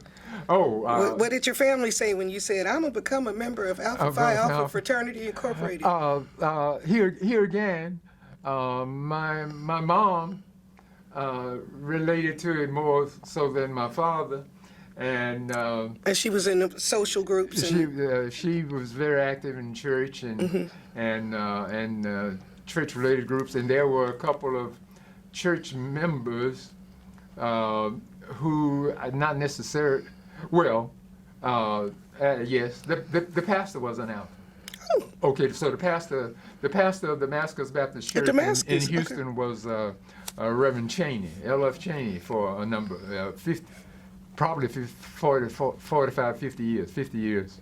In fact, yeah, he came there probably just there in the military, so he must have come there around about 63, somewhere in there. And so, yes. So that was one. And I'm pretty sure there was one other one too, because once I moved to Fort Worth, I know he told me one to look up there. Yes. So then you had another community to tie into. Yes, and then the counselor of the dorm, the freshman year, was an Alpha. He was a graduate student at Dorm F. Dorm F. He was a graduate student. He was in law school. Andrew Jefferson. Oh, of course. Okay. Yes. Right. Okay. Well, he was the Dom. That's for Dom F. Okay. Wow. He literally following in Heman's footsteps and then going on to graduate in so many ways. So I eventually got to understand a lot more than about what sweat and et cetera. But prior to that, there wasn't anything during my high school certainly that led me to that. But that would have made a teenager pay attention. But once you got here, you can tell from the associates now that I couldn't get through the process without at least hearing the name and understand. Okay. Well, tell us just in brief what you can share in a family environment. But tell us, how long did that process of pledging take, and how did it affect what you were going through? Also, as a student, as a math major in the ROTC. One of the few blacks, you had a high level of responsibility already and commitment, couldn't fail, and now you take this on. And how long was that process? Well, as you have described, I guess I'm a glutton for punishment. But the spring '58 process, that wasn't all of that long, because it was the initial. Okay, since in those days it was essentially a semester long process. That was the beginning of it. Okay, because you weren't really eligible to actually be initiated into the fraternity until your sophomore year.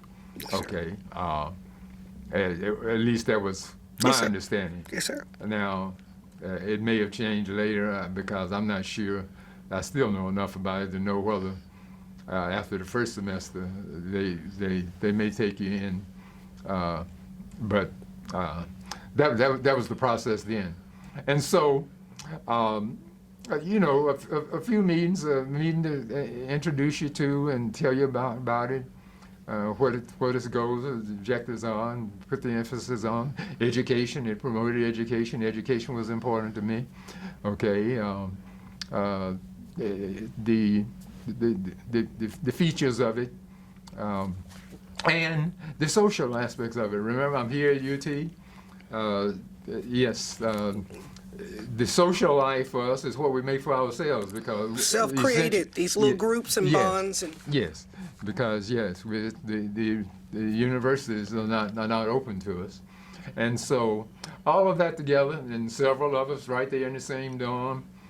We did things together, not eligible for sports, but, play intramural, the intramurals, playing football, and run track and all of that kind of stuff. So came in contact. And then the ones that they selected out, okay, to invite, okay. Everybody didn't get the tap on the shoulder. Not everybody got the tap on the shoulder. Not everybody was alpha material, No. Mr. McKinney, is that? Well, that's a very that true is- way of putting it. Okay. Okay, that's a very true way of putting it, and that was the case then. And as you can see, I mean, yeah, not only people like Leon. Leon's not only my fraternity brother, but he was also line brother. Your line brother, so Okay, there was a at the line same of 12 time, of you guys. So, you know, 12 there's of you that brother, made it. Then there's line brother. Yes, sir. Okay, so you almost want to say slightly different levels of alphas. But that would be Mr. Leon, who's also participating in this project with this as well. Who's Your- that? Oh, yes. Yes, yes, who's yes. also sharing his stories Okay. about that. And so you guys were on this line of Yes. 12. So you had So- 11 new brothers. Yeah, so, okay. Because you didn't So- have any brothers before this. No, didn't really have. So yeah, so there were about 17 or 18 of us or so at that particular time of this. So when the semester was over and the summer was over and we returned, then those who returned, they had been part of the process in the spring. Now we get to the fall of '58, and now we're really ready to start the pledge semester to be initiated into the fraternity. And it was an additional load. Okay, that's just, I mean, you know, we had to learn things. So I mean, yeah, I already so- got 15 hours usually or more. So you're a math major, full-time math major. Yes. ROTC. Yes. You're in a very difficult major, ROTC. Now you've taken on learning and being a part of the oldest black fraternity, undergraduate fraternity, Yes. and memorizing those history, the founders, all of that, and your chapter history, because Yes. Yes. and so now, do you remember a lot about that fall '58? Can you remember how your grades ended up going? How did that semester end? I can Went by in a blur. very readily tell you that yes, okay, it didn't end up as well as it should have academically. Okay, but Sir, I'm sure that wasn't because of your input. That wasn't that. That's a lot. but That's a lot to juggle. Yes, but still, okay, never, you know, I'm made it through. Yes, sir. And that probably, and that's also when I began to look at, okay, this isn't going to really work for me, engineer. First thing is, okay, labs, the labs and the chemistry. Math was my favorite, okay. While I enjoyed chemistry, particularly in high school, in the labs and everything, it was one reason I got out of enjoyment. I probably was not significant in any way academically. So, Okay? right. And now the bottom line is, you know, as I've indicated, I think talking to you before, we didn't have a whole lot of discipline problems Sir. Yes, in sir. comparison to what we have today. In those days and everything, and see in chemistry lab, okay, the teacher let me put on one of those, you know, rubs and everything. I could roam around all over the room, talk to all of the girls, and all of Go those from kind of table to things. table? Table to table, and the whole works, and get my lesson at the same time. And so I enjoyed, but it wasn't, it wasn't as significant. And so I went back to math, and so that was another thing that was taking place at the same time. Getting back into what I really was going to focus on, struggling through some of the chemistry, okay, because organic chemistry was a whole different line from, okay, just general chemistry. Did you feel that as one of the earliest black students, that if you were in a class that was challenging or struggling, did you feel like you had the same resources available to you as white students did? Could you go and get a tutor? Could you go and speak to the professor? Did you, in your personal experience, and this is, you know, particular to you? In my personal experience, there were occasions when certainly when, you know, the information was made available to you, that there would be student assistance for the professors or something that you could go to. I did not. I did not take advantage of those. Did not go. I'm trying to remember, did I ever go to any of those? Because here again, there were several sources, either in the dormitory, somewhere, that I felt like I could get help, some help, without having to. From the go back. groups that you had formed once you got in here. Yes. So I mentioned the graduate students that were available to us, and even right there in the dormitory, people like Marion Ford, who had already had a couple of years of college even prior to, and then 1 year here, I believe, because he went to university, at least one, and I may have gone 2 years to University of Illinois before coming here. So he came with a good sized load of courses. Yes, he was ahead of, and there were a couple of others, and then there were a couple in the city also. Did you? And when you mentioned that in the city, were there black students in other parts of the university later on, John Chase and architecture, that you were aware of, or that you saw have similar experiences or struggles or challenges or successes, as it were? Okay, now in terms of being UT. Yes, sir. Oh well, I can tell you one of the two churches that we went to over on the east side was David Chapel. Okay, and that was, as I understand it, one of John Chase's, one of his early builds, one of his early builds. Yes, sir. Yes. Once I got the car, okay. Oh, then the world is your oyster. Yeah. See. So Austin now becomes more open and available to me, and so that one and the one that's what is it? Is it Mount Zion? Is that the one that's a little? That's the one that Marvin Griffin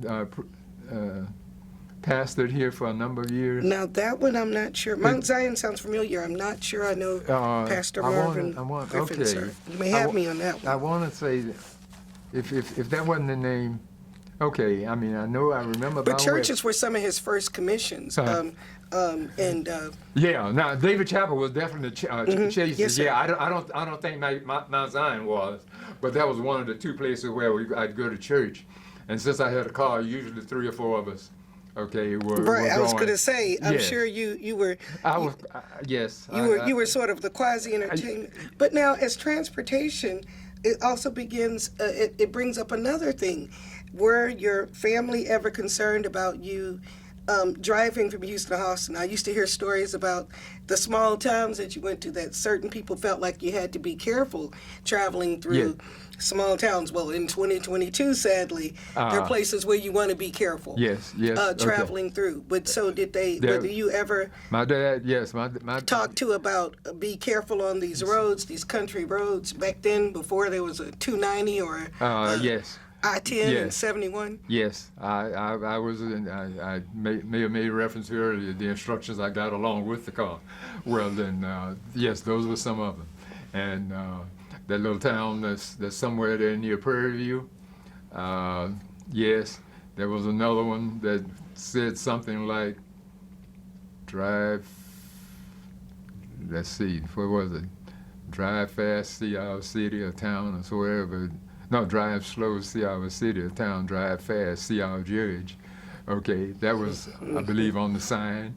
Okay, and or some towns that you didn't want to be in after dark. Yes. So that was yes, but now because we try to do most of that during the daytime. We try to make it to Prairie View. Now we used to stop by Prairie View, okay, on the way in. Oh, yes. For one thing, I had a kind of a god sister that was there too, so sometimes I stopped by there. But usually I'd have 3 or 4 riders. Okay. Oh, I'm sure. Going to Houston. I'm sure. Yeah. Safety in numbers. You had a crew. You had a crew. So. But yes, being careful, yes, and on where to stop for gas or where not to stop, those kind of things, yes, I got instructions on those.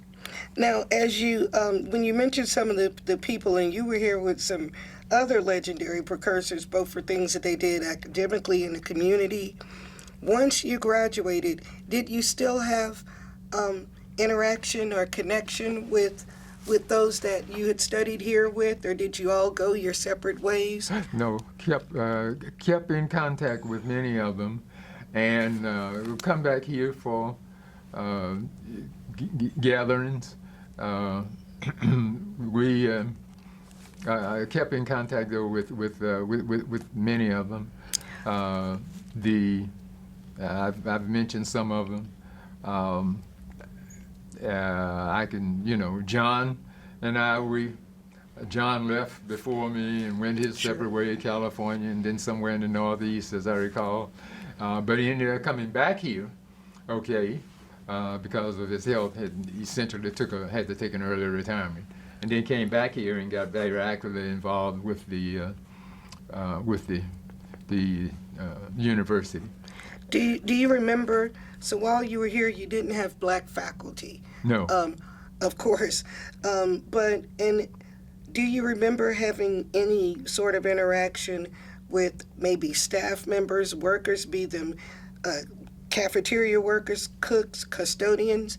Did you have any kind of any sense of interaction or conversation, or did you feel like maybe there was another group, even though they weren't faculty, that were keeping an eye on you in kind of that watch way, or another kind of community? Or if not, I mean, No. just feel free to share if you... Yeah.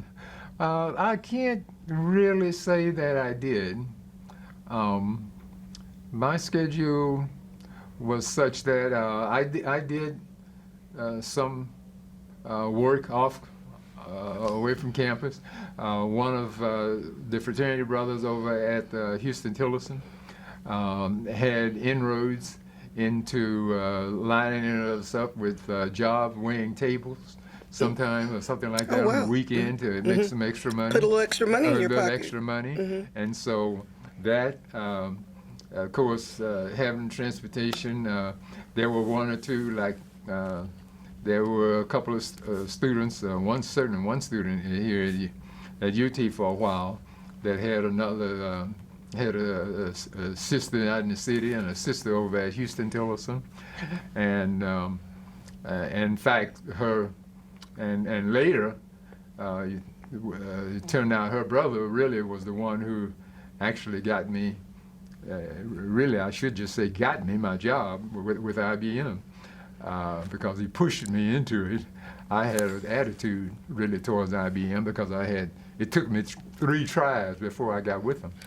And even that is a testament to both, not just your persistence, but your excellence, because IBM was one of the toughest places to get employed. Yes. So we have you graduate with your mathematics degree, you do your 3 years in the Air Force, and if you just want to tell us a little bit about when you came out, IBM wasn't the first place you landed. No. But you did do something, again, in a job that maybe wasn't considered as open, or in a field that wasn't considered necessarily welcoming to young African Americans at that time. So can you tell us a little about that, about you now have this UT mathematics degree, this Air Force experience, and you end up... Okay. Well, once college was finished up, January of '62, okay, of course, having gone through the ROTC and having a commission, okay, I had a military commitment to fill immediately. And so a couple of month and a half after I was into the military, went through training, roughly 4 months, 4.5 month training program, kind of a accelerated training in communication and electronics. But you did get to go in as an officer. Yes, at Keesler Air Force Base in Mississippi? Biloxi, Mississippi. Okay. I guess one of the key memories about that, of course, is that the entrance to the base is probably, it's not even a half mile from the Gulf. Yes, sir. Okay, but blacks couldn't go Yes, sir. to the Gulf. Okay, you had a designated little town that you had to go to. So none of that seaside none of that entertainment seaside was open to you? Not there at all. Open to. Okay. And after that, I spent the rest of the 3-year commitment in Minot, North Dakota. And once there, for the first half, I was not married, and then got married, and this gets me now to 63. Okay, August of 63. So now a wife. Now, did you met her? Did you meet her here? Did you meet her in Houston? Did you meet her? She's North Dakota. Met Was her there in any Houston. black women in North Dakota? Met her in Houston. Okay, there you go. Yeah, met her in Houston, along with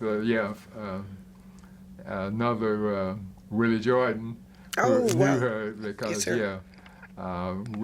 and Willie Jordan and her sister were classmates. Okay, at Wheatley. Yeah. Okay, and so I met her a couple of years. I didn't meet her until later, 59, I believe it was. Yeah, first time I met her really, 60, I believe, probably officially met her. Then after the military career, I shouldn't say career, but commitment was over. Yes, okay. sir.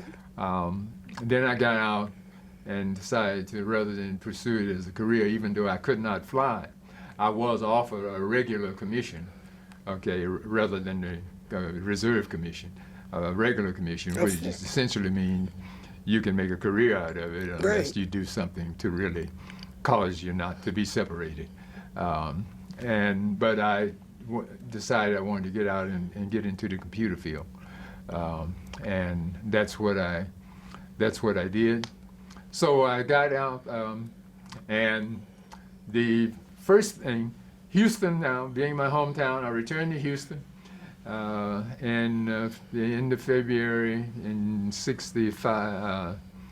That gets me to 65, and substitute for a couple of months to bring in a little money while I'm trying to line up a job, and ended up being moved to Fort Worth to accept the job as a systems as a design engineer in the aircraft industry. The most interesting job that I had for a math major. I was very pleased with it. The job was really to define the contour of the aircraft in mathematical terms. And so you got a little to use your mathematical and your Air Force background for that. And where was that, sir? Your first landing spot was what company? That was with General Dynamics Aircraft Company. And now I'm guessing there was no affirmative action program, so no diversity department to welcome you.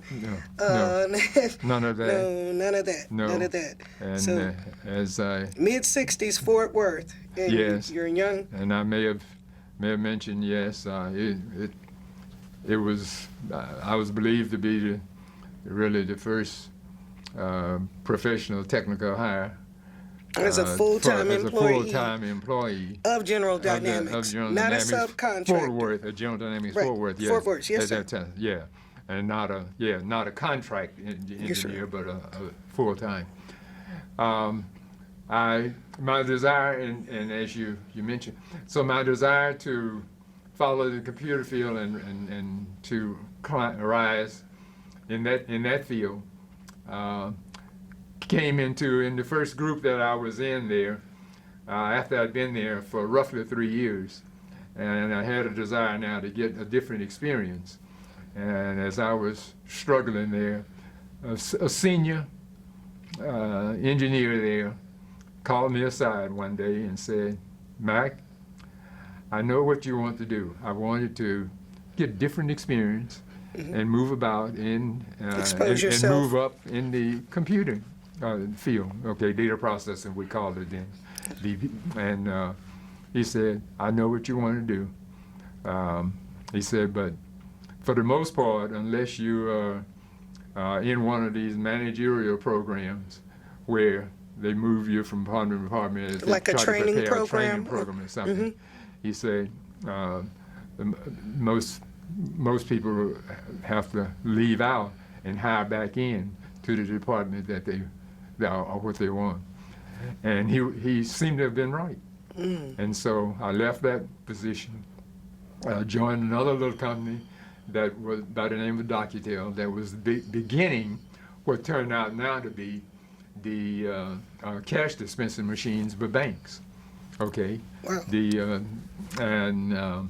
And it was also working on an airline computer control So that was baggage handling system. the emphasis of both of those, Yes. Was from a data processing standpoint. yes, and Wow. so and that one it was a good job, small company. I left a company with at that particular time when I left it had 28,500 people. Okay, went Bigger to a than little- some towns. Went to a little company that had I believe the 33rd person in the company. Okay. And it had a couple of real projects going there. I thought I might be able to join a small company, do well and climb. And as it turns out, okay, we did get the project developed that we were working on, but so did the other. We had two projects going, but but ours was much more complex and much more costly. And at the same time, the other one, once they got the contract of the little bank cash dispensing, okay, they had the meeting. And so that company went from about 6 to 2 or 3 people, went to down to 40 of us, let go. And so for a few weeks, I'm out of a job, and I go back and try once again with IBM. Had an attitude about IBM. Now, you had applied previously? I had to that, Mr. previously applied because as soon as I got out of the Air Force in '65, I applied out of NASA. But as I jokingly tell it, but it's not all the joke, NASA was more interested in helping, in getting someone who could help you to get to the moon, okay, than in getting one to train. Okay, because John F. Kennedy had said, we're going to the moon, get us Right. there. And so... Gave that speech at Rice University. Yes, sir. And so, but out at, at NASA, I didn't get on there. At the downtown office, didn't make it there. And so, when I got to this point now in 1970, and I'm in this 2-month period, I'm out of a job, and the brother of these, I mentioned earlier about a student at UT who also had a sister who was over at HT. Well, the brother was in Fort Worth, and he was working for IBM. And so we were all out at a family gathering one time, and he said, I told him I was out of a job, I was looking for a job. And he said, tell you what, I'll call Monday when I get to work. This was on a Saturday. I said, call Monday and call in the afternoon, and I'll talk to my manager, okay, and Monday morning when I go to work. And he called. I didn't call, okay. I got an attitude, out of a job, a wife to feed, okay. At that particular time, yes, two children to feed, because I'm up to 1970 now, okay?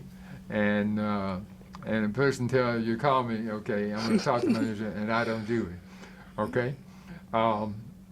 So that night, he called me after he got in from work, he called me, and it clicked, and I said, okay. And the next day I called. And although he was in the department,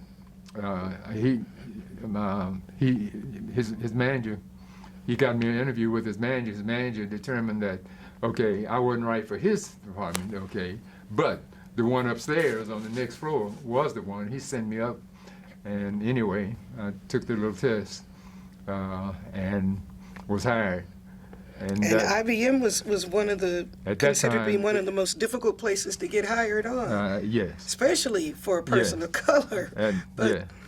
And so at that particular time, then again, I guess I was reported to be certainly among one of the black, first. there, and I remained there at IBM in the Dallas-Fort Worth area, moving about, because at that particular time, corporations were beginning to decentralize some of their high-level functions to other organizations. You didn't have to go to New York in order to advance, and so consequently, I've been in the Dallas-Fort Worth area. Now, had you heard the stories about,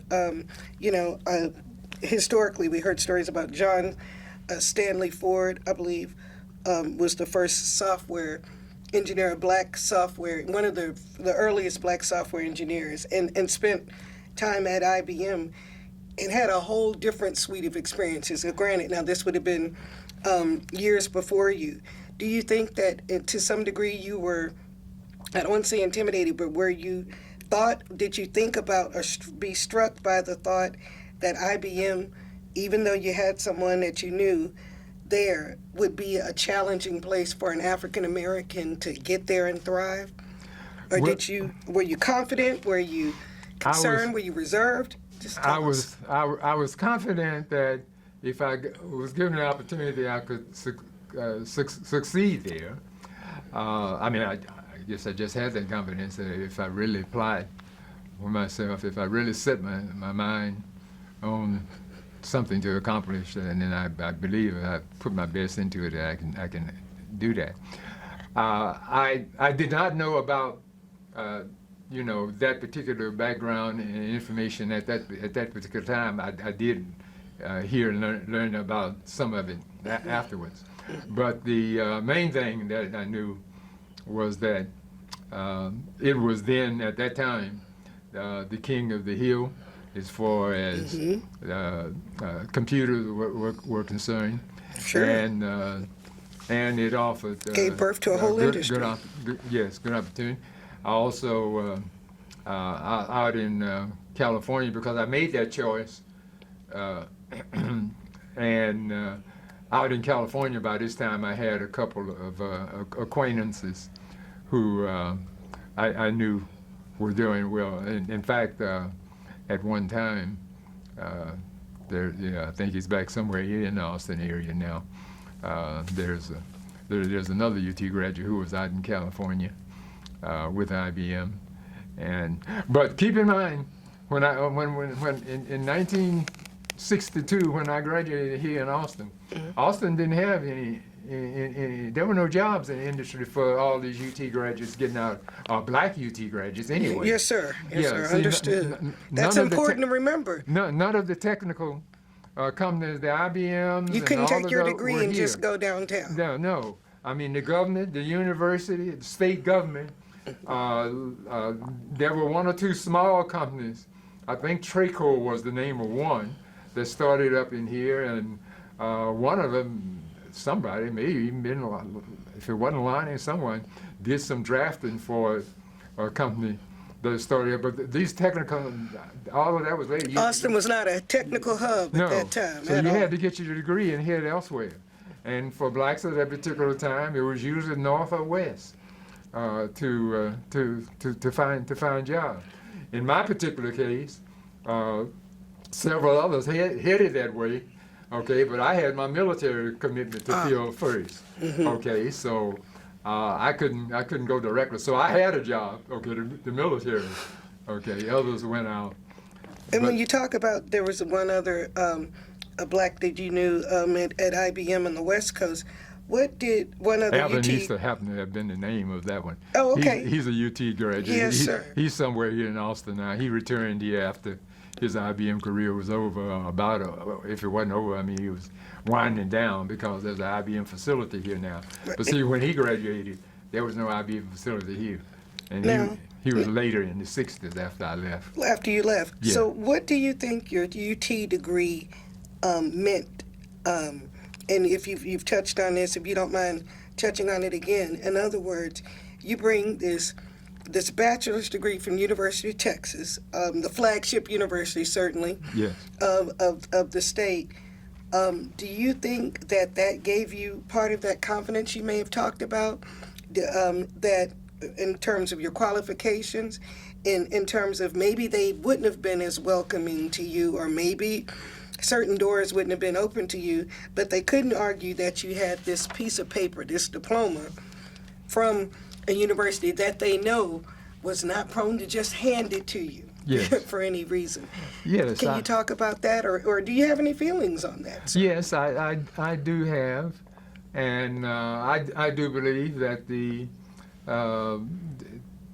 institution you graduate from, and in this case, in my case, UT, it certainly gave me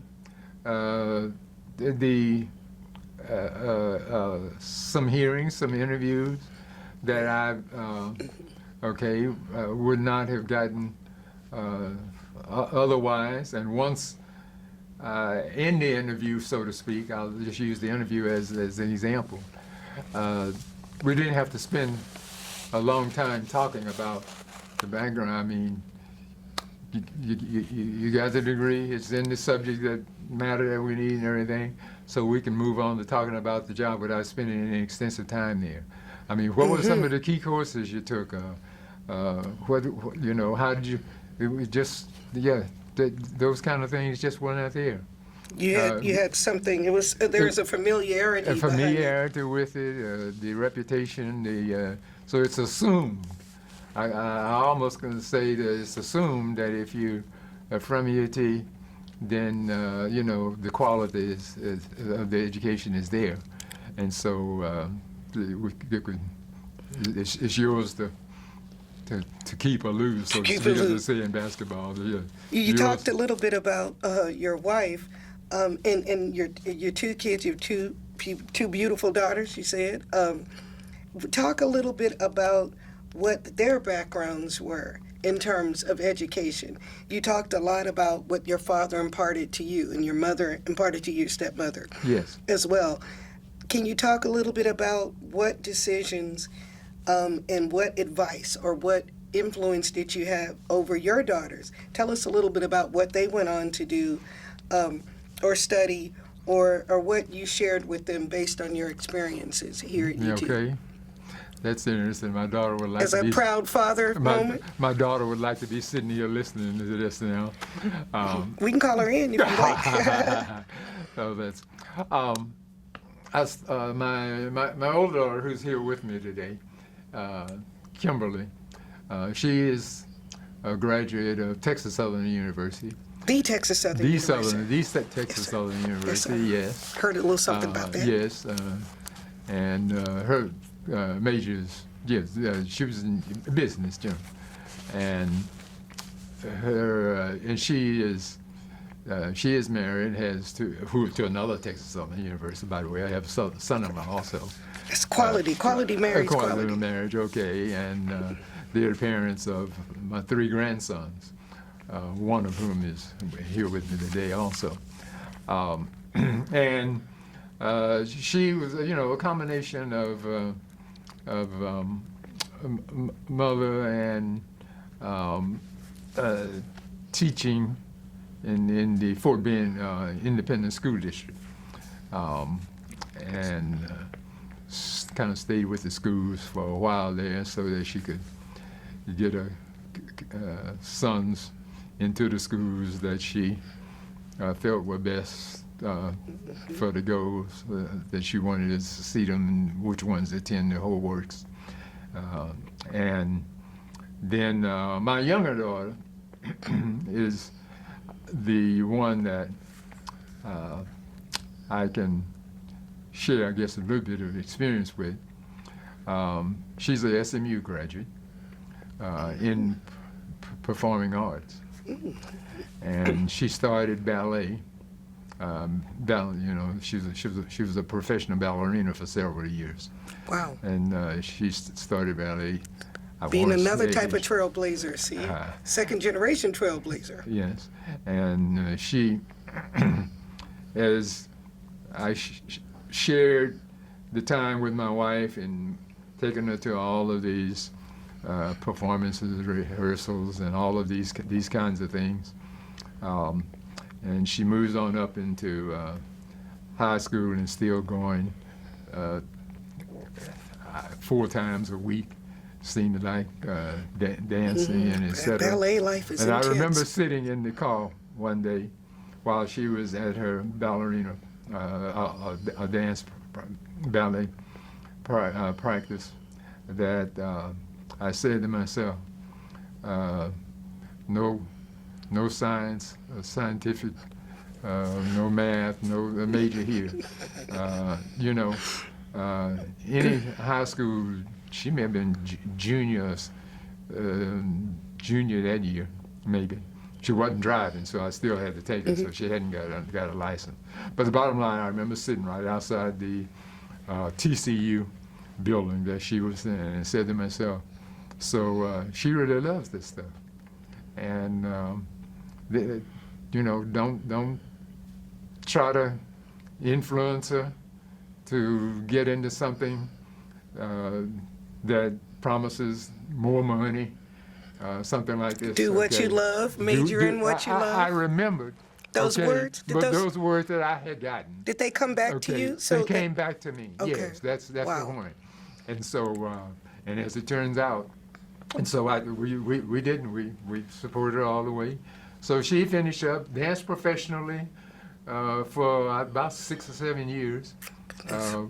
With the St. Louis Ballet 1 year, with the Lexington, Kentucky Ballet 1 year, back in Dallas for it seemed like 3 or 4 years, something like that. That's a long, ballet is an intense life. Yes. Every year Okay, is but it's now- like 3 years on your Yes. joints and your legs. But out of high school, the one thing that we did influence, a lot of ballerinas go into it right out of high school at a very early age, and in some cases they may get, I don't want to say called maybe homeschooled, but Yes, in sir. some, but that's Yes, sir. about They what don't it have amounts to. traditional Yes, educations. They because take them it's- out of the school. Yes, because they go into it. But we did encourage her to get her Yes, sir. education degree first. Yes, and sir. so she did that. In fact, she did it through full scholarship there at SMU through that. So, Oh, what a blessing. And so after that, then she has gone into several things. I think I mentioned maybe to you earlier that she was the director of the city facility in Houston that manages all of its resources. She was the director in that until COVID came in and put an end to that. And One of the so- largest, yes, performing arts and event spaces and event groups Yeah. in the city. Yes. Conventions, event spaces. So, so you were able to not only kind of build upon your experiences, but share with Okay. them something that led them to where they are. Yes. So just support them, and let them choose their way, but try to encourage them to be the best that they can be there. And as I have mentioned to my daughter with the 3 sons, I think one of the primary responsibilities, in fact, it's almost a sin not to prepare your children, okay, to live without you, okay, and then education-wise, career-wise, in every sense, okay. But the odds are that's the way it would be, and so you prepare them for it. Do you think that, are there any other things, certainly your experiences at UT, that you think changed your trajectory? We talked about it professionally. Now we've talked a little bit about it personally. You married a good Houston woman, and Yes. a good Houston woman is redundant. So Yes. I'm gonna put that out there. All right. By the way, yes, sir. I'm sorry to break in there, but since you asked me about my family, Yes, and sir. I told you about the 2 daughters. Yes, sir. Okay, just in case she ever sees this, let me mention my wife. You Okay. did, yes, again. Did I, we're going to bring her up again? I think I skipped over. I didn't get back to That's her. the good Houston But woman. anyway, Yes, yeah, she's a yes, sir. two-time graduate of TSU, bachelor and master. And anyway, was an elementary school teacher for 26 years. Absolutely. Okay, all right. And Yes, sir. She was a homemaker before going into that. So, and very good elementary school teacher. Oh, we were going to make sure and get around to that Okay, because all right. because as you said with that good Houston woman, and do you think that's another way? So this experience changed in your sense. You mentioned that the first person you brought home was maybe on a different path, but the next woman that you brought home to your family, they thought, aha. You were maybe thinking in a different way, thinking about someone who had some similar experiences or goals or dreams and things like that. Now, do you think when you talk about this, your daughter and your grandson coming here, do they see you and know what a important role you played in changing this university and henceforth the state? Hopefully for the better, sir. But, or do they just see you as dad and granddad, or do they wonder how it is, why we continue to ask you to participate in these things? Tell us a little about that. How do they see you, do you think? Well, I think they're getting a much better feel for that experience and that contribution to where now, any student, black student, can certainly apply if so choose. My oldest grandson came here as part of I think an orientation to several schools and etc. But essentially summed it up by too big. Okay, but keep in mind, and I share with him about he finished from Prairie View, but yes, this was called the 40 acres when I was here. Yes, sir. Yes, okay. Now it ought to be called a 40-mile acre, if anything. I mean, Prairie View prepares. Was and it Prairie View prepares professional people, sir? Is what they say? And I used to see green grass around and could walk on some of it sometime. Yeah, I don't know if there's any left here.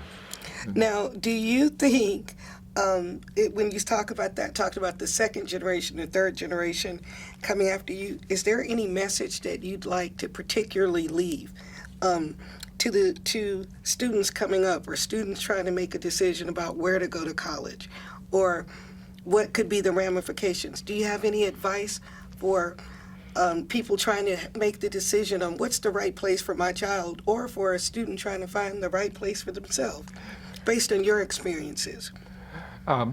Yes, I would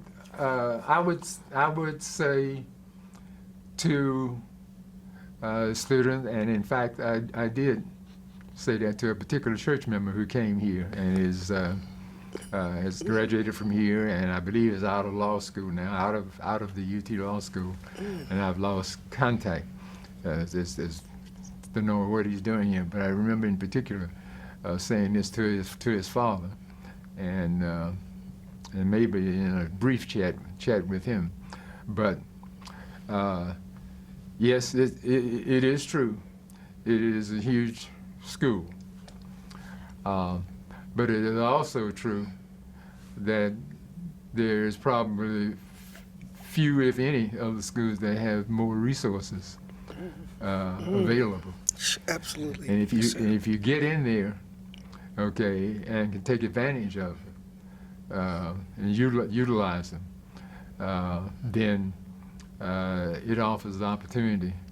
There may be a rice or something else here that compares in smaller, environment, but to prepare you, and the reputation along with the contacts that you can make that can set you up, for a very beneficial life.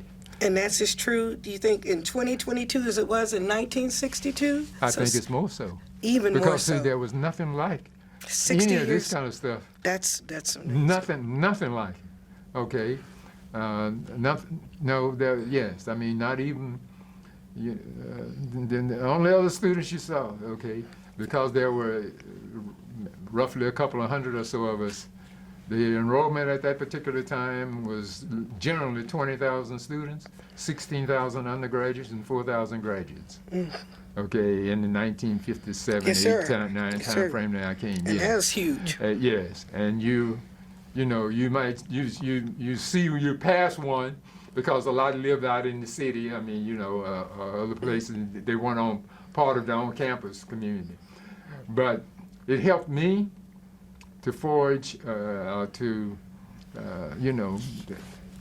put together I guess lifetime friendships. Leon and I mean. So Just to give you an example, okay, because somewhere along the line, the fraternity, if it hasn't come up, it Yes, may. sir. Okay. So I was going to ask you, what are you, as we wrap up, I want you to feel free to share some things about your experiences. But you pledged a fraternity here. Yes, Are you still and the you're charter still member. active? Okay. Charter member, yes, sir. Yes. That is important, yes, sir. Yes. Charter member. Yes. So the fraternity, whereas there were other fraternities. I mean, the white fraternities, and they reportedly had copies of old exams Oh, and yes, all sir. that That's kind right. of stuff. They said they used to have test banks and You got it. notes and That's notes what, and that's what we heard. Yes, sir. That's what we heard. Yes, sir. Okay, That those was the kind story. of things. Yes. Okay. I did get some help from graduate brothers, like I mentioned. Yes, sir. On a couple of occasions, really, I used him to help. He helped prepare me and Curtis McDonald, and another occasion, even John Hargis. That's- Okay, because he had already been. It's quite an all-star Okay. cast, sir. Yes. What about Texas X's as well, or black, or the Texas Alumni Associations or groups for blacks? Are there any other that that you've kept in touch with, or that's kept your connection to UT? Yes. Now I've come back many times to the various reunions, and I'm also a charter member of the Precursors. Okay, so charter member of the Epsilon Iota chapter of Alpha Phi Alpha here. Yes, sir. Charter member of the Precursors, because we would meet. I mean, if you look at the history of the Precursors, we met and we just called ourselves. Initially, it was just all guys. Okay, and we called ourselves the dudes, and then again, the light came on, and so we said, hey. And about when did you start meeting up, sir? Just informally, or before you named yourselves? And Initially we started because once I got in the fraternity, some of us would come back here. I forgot now exactly what year we first met, because I went off into the military, and once I got back into the area, Texas, Fort Worth. I mean, Houston and Fort Worth. But we'd meet up. What would really bring us here really were the our relays. the UT relays. Texas relays, UT. Yeah, always used to be around about the first week of April or something like that. Yes, sir. Okay. Around spring Yes. break time, sometimes in the yes. spring. Yes, sir. Okay, and I should mention that we could not participate in the sports. Okay, but the intramural sports, we did participate in some of them. Sure. Okay, and back in those days, okay, we had a track team that was just made up of the black students, the black male students here, and there are all kinds of pictures, and you'll get these stories from someone else probably, but the bottom line is there were a couple of those track teams that were very, very good. Mm-hmm. Okay, and how formally I will not say, but I can tell you informally. Okay, asked or challenged the varsity team to run against I them. bet. I was not part of the team. Yes, sir. But but we started it. Okay, right with as the fraternity was coming in. In fact, we named the first group. Okay, the Alpha Upsilon Tau. That was the name that we put in. Okay, Wow. group. For that social, interest group. For that track team. Yes. So you guys continue to meet kind of around the time and use that as a mini reunion weekend, sort of? So meetup? we come around, around Wow. relays. We come and we meet. Yes. So that's kind of how we got, as I recall, we got started. Wow. Now, personally, I went off into the military immediately afterwards. Yes, sir. And so I left in January of '62, and in April, I believe it was of '62, the black colleges were not invited to run in this. No, sir. Okay. And I know I wasn't available to come, and so I want to say it was the April of '62 team, okay, and I know it was no later than April of '63, okay. TSU team came in here, yeah, and showed them how to run, okay. All right. They had some pretty legendary track, Alexander Durley, and later on Homer Jones. Yes, sir. Yes, okay. Yes, sir. I wasn't even available to come. But I mean, Later on, Kenny Burroughs, who ran track and played football. There was quite a few. Yes. Okay. All right. So, so we're at the football games, we're at the track meets. Okay. But our hearts not there. Okay. I mean, you understand what, Yes, sir. what I'm saying? Okay. Our hearts. Okay. And even our cheering. I mean, we didn't get it exceptionally.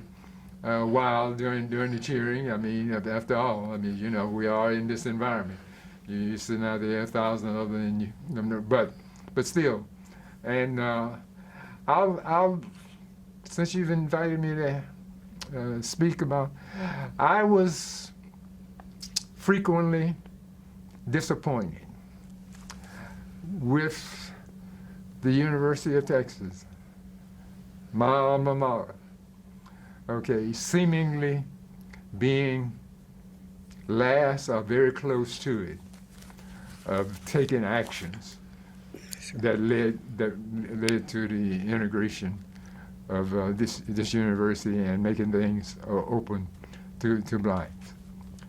I mean, you look at the first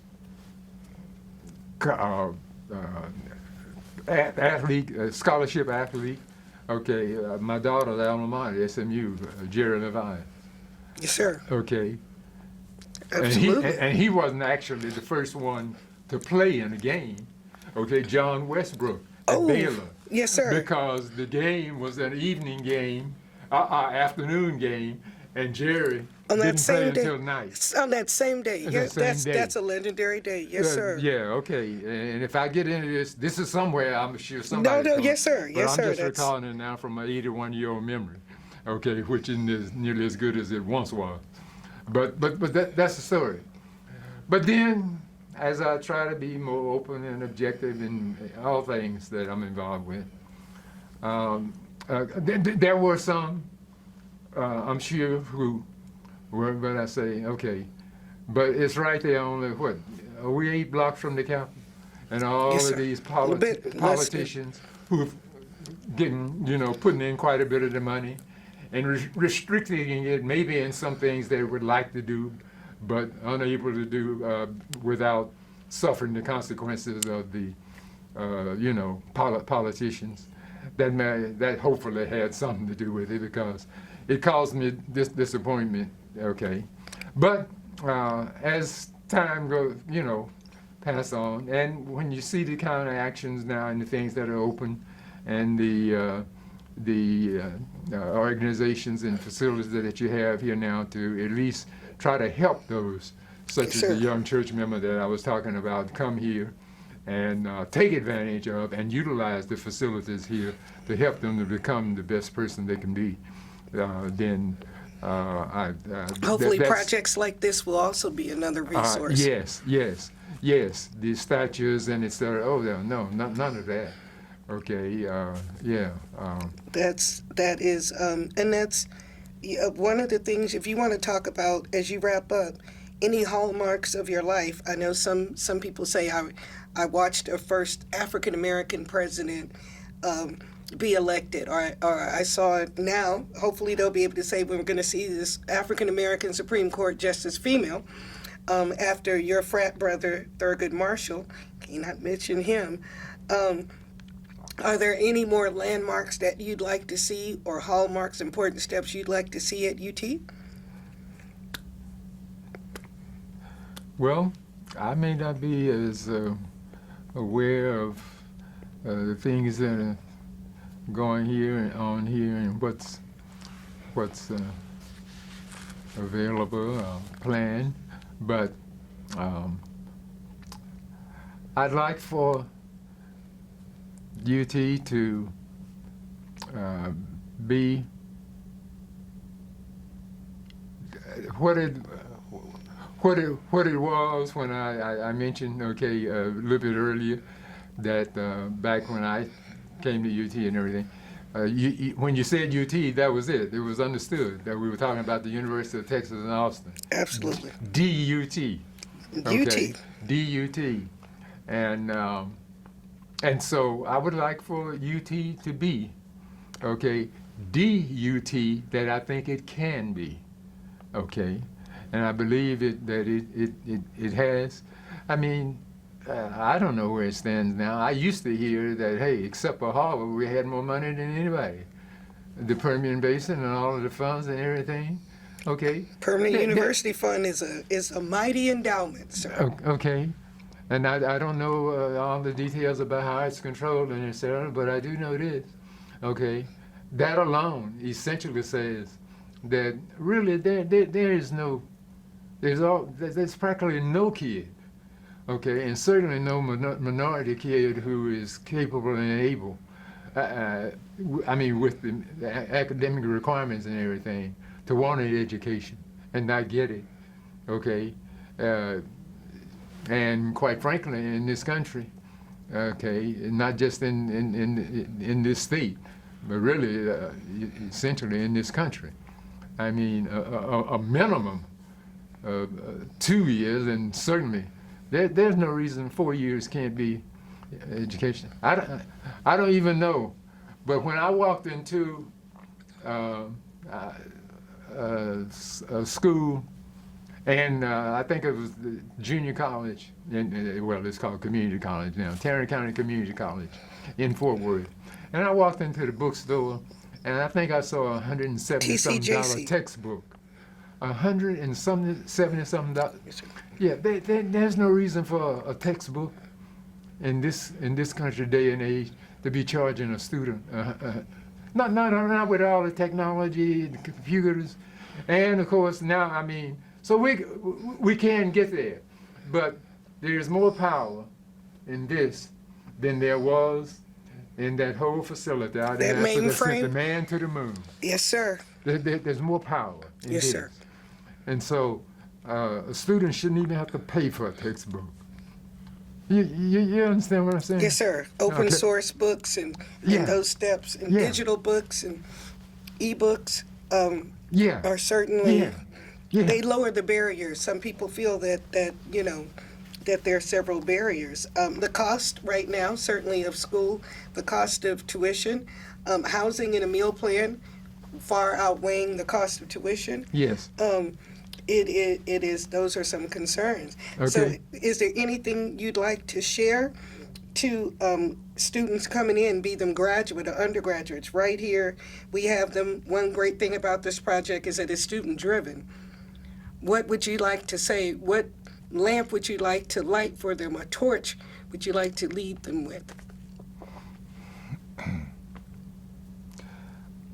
I I would say I would say to the student, come here, that really it's incumbent upon you really to make use of the resources that are available to you, education, UT, or whatever. But really, it just doesn't apply to education, really.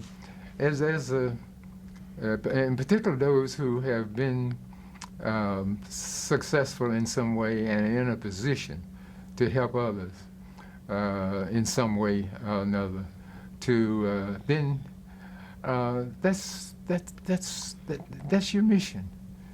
That's your responsibility to help someone else. Greater love has no one than the person that essentially commits his life. I mean, the Bible says, give up his life for another, for a friend, essentially. And when we fail to do that, okay, I think we are then really not achieving our own, no matter how successful you may be in some shape, form, or fashion. If you aren't doing that, okay, then what do you? Okay, I look at people around the world, and we're basically all the same. Okay, and that's what we want. We want the very best for our children, and grand friends, whatever. If you don't have children, I mean, whatever the case is. And if you don't do what you are capable of doing and have the opportunity to do, okay, to help someone else, then, I mean, what have you achieved? You may have won an award here and gotten, gotten pretty good income here, okay, but what are you going to do with it? I mean, every once in a while you hear about these guys who apparently the light has come on for them now. And so after they have these billionaires and et cetera, they committing the rest of their resources to help people. That's kind of what I would. Well, you are an amazing resource, Can Mr. I ask McKinney. a quick question? Yes. Absolutely. Oh, I probably should have asked this earlier. I had the pleasure of being present for the interviews of Clotilde Hayes yesterday and Leon this morning. Yes. And they both mentioned this woman, and I just wanted to get your thoughts on her, or if you have any stories about her. It's probably a lot more than we have time for. Oh, you talking about Ms. Mars before? I'm talking about Almetria Durin. Yes. Yes. Okay, well, we call her Ms. Mars. Oh. Yes. Yes. Yes. Oh, I'm so sorry. And No. just like, if you have any stories about her, or if you were present when the dorm was built in her name. Yes, I and came sort to of- that. Yeah. Yes, I came to that. Yes. How can I sum up? Well, I had a very close relationship with her, okay? Starting out, okay, when she was over at before the campus housing was here at all, the co-op or any of that, when they were over at that Eliza D that the freeway essentially took, okay? Some people are placed, okay, if you believe in a supreme being, then let's say they're placed in a supreme being, placed by the supreme being at a place in time, at a certain time, to serve a certain purpose. She was one, in my belief. That's how I would sum her up. Okay, we were here in this unwelcome environment, and I'm not just talking about the girls, okay, but the fellows also, some of them, okay, including me. I spent a lot of time there, there, okay. Now the first year I didn't have a car, okay. At the second year and afterwards I had one, so I could roam all over the city. Yes, sir. Okay, but I still spent a lot of time there. Okay, yes, Ms. Marsh, I think,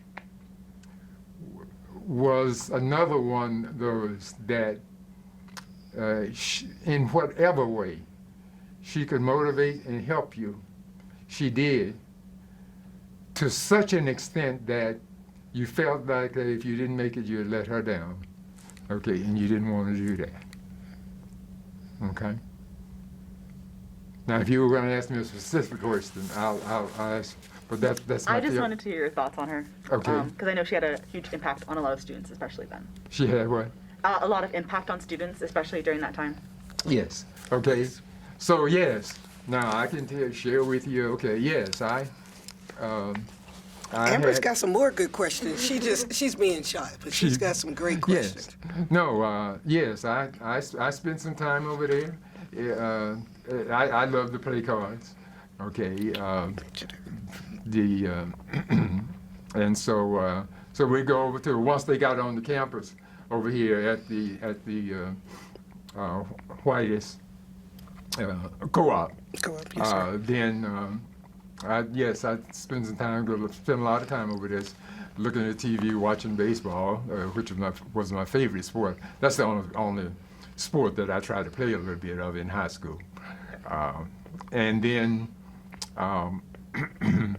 played a lot of time with, cards with some of the girls and et cetera.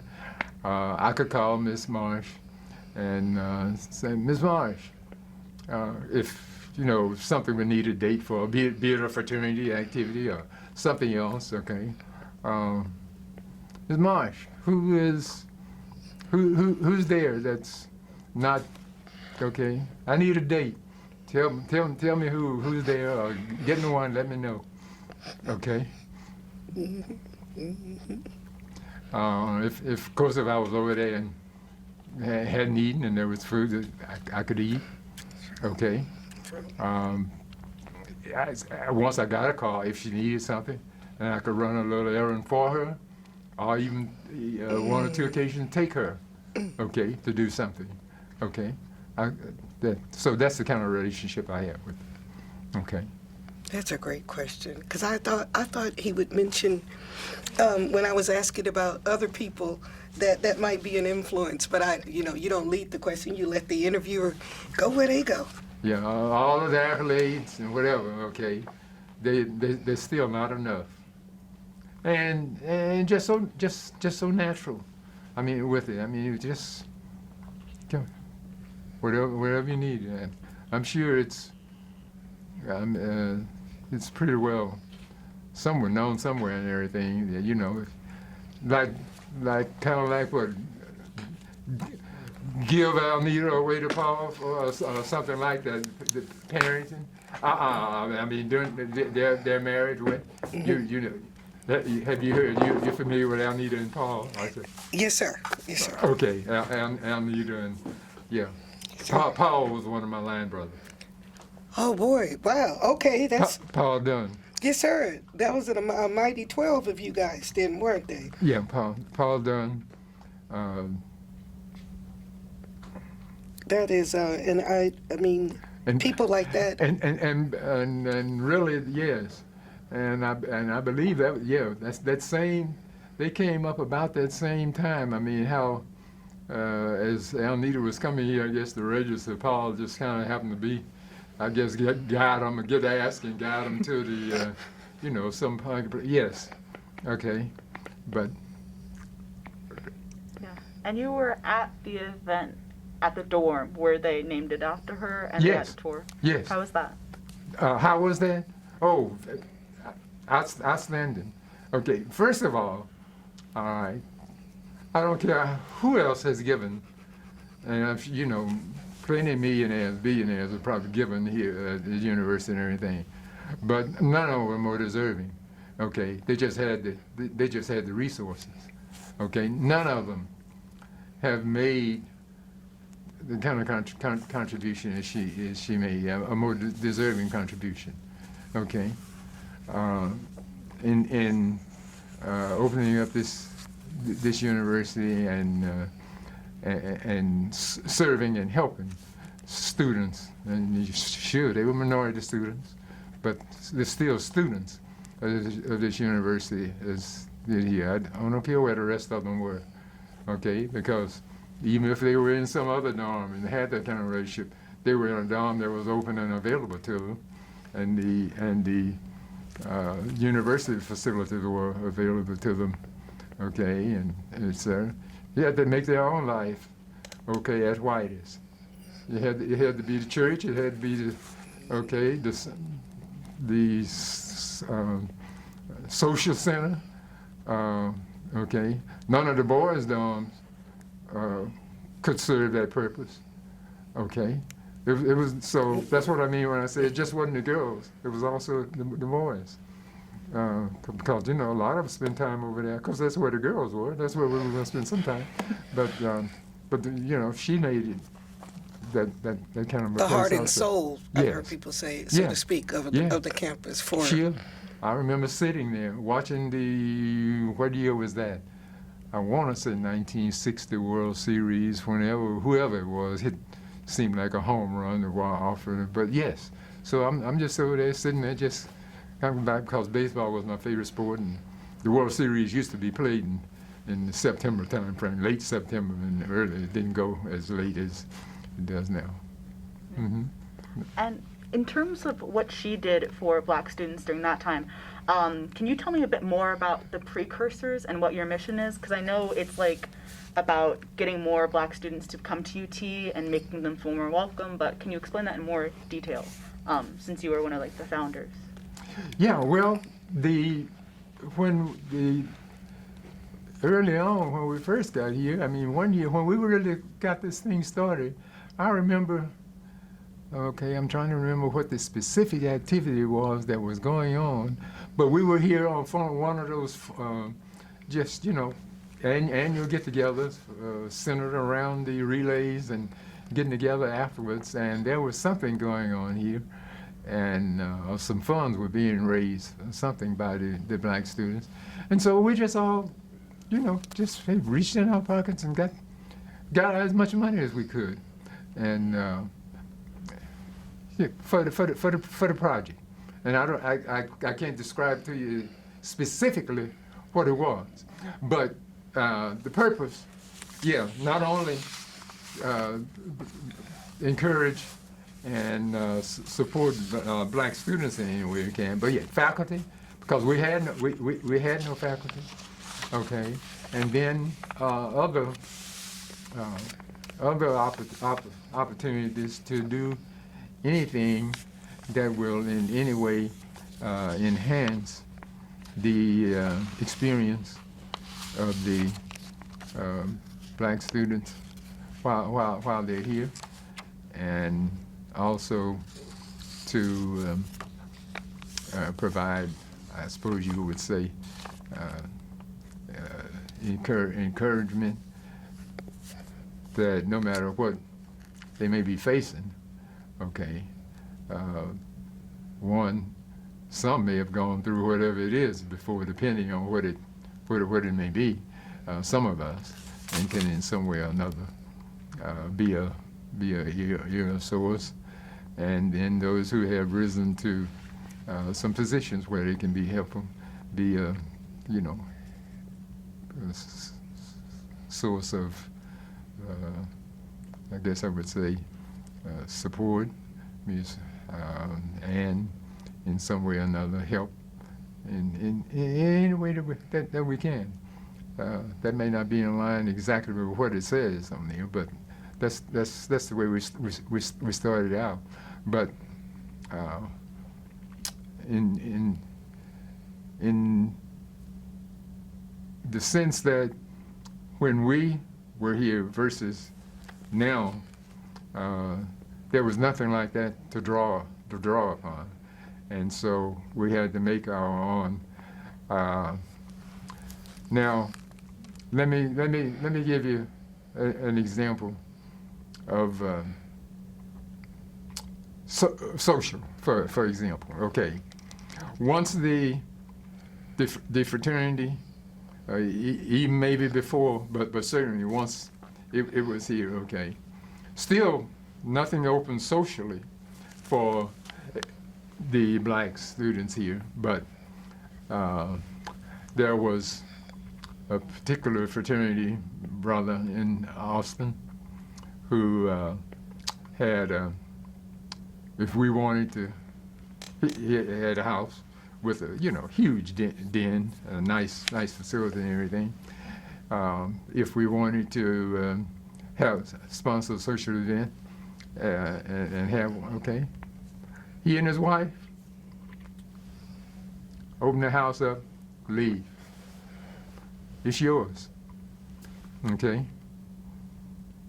He didn't have to tell us, okay, because if we didn't have sense enough to leave it in decent shape, okay, then we shouldn't have even been here at UT. But my point is, okay, yeah, social, yeah. So when you asked me that, okay, about contacts and et cetera, yeah, in the city with some of those, yeah, my blindness probably had me on thinking about UT contacts and et cetera, but no, his name was, we called him Papa, Charles Papa Hines, was just an example, okay? So the 12 of us, or whatever the number was, okay, okay, we could have our own social, some things were open, some things maybe not, okay? And so that's how we, that's one of the ways we cope. Mr. McKinney, an African-American student wrote in a Daily Texan op-ed in the student newspaper last month that the Black Greek organizations on the campus deserve a dedicated space. That one difference has been almost over the 100 years of the social side of the school, that the traditionally white sororities and fraternities have had houses and yes, dedicated space where the Black Greeks had not. Do you think that could be something important, and if so, is that something that the university should support or endorse, or do you think it would make a difference to have those dedicated spaces, not just for, I guess, Black Greeks students, but for African American students to have those spaces? Or what's your belief or thoughts on that? Well, certainly the concept of a fraternity house, a sorority house, has its pluses as far as central location, central, depending on the size, quality, and et cetera, maybe even a place to live. I'm not sure what some of them have, but I like for there to be a balance. Okay, the balance between the social activities and your purpose. Don't forget your purpose for being here. Okay, so number one. Number two.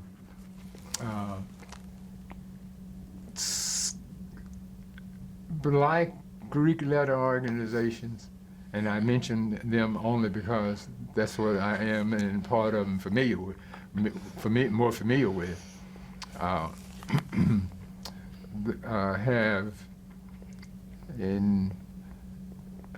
well, how do I want to say this? They are viewed by some, okay, as, what do you want to say, being elitist, something, that really there's nothing really intended, okay, I think there. Now, yeah, you selected, you have certain qualifications and et cetera, but,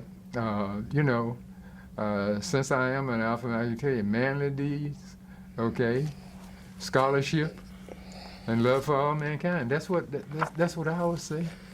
And the others aren't too far apart. They may be. So make sure that there's the proper balance, okay, between how you're perceived, okay, versus what you really are. And as long as those are kept in balance, I think they're proper. But now, if it's just going to be used to throw wild parties, haze, because a lot of them are having trouble with hazing, still having trouble with hazing in this day and age, and et cetera, then, hey, you might as well not have it. If I hope that makes sense and you understand. Absolutely. Okay. Yes, sir. Yes, sir. Yes, sir. That's another great bridge between things that students are talking about on campus now and some wisdom you have to impart to them. Okay. All right. I appreciate that. I think that's a fine answer. Is there anything that we haven't covered? I know we haven't said enough about your lovely wife. We're going to bring her. But is there anything else that you'd like to share with us or talk about or reflect on? Oh my. As I think back about the experiences here at the UT,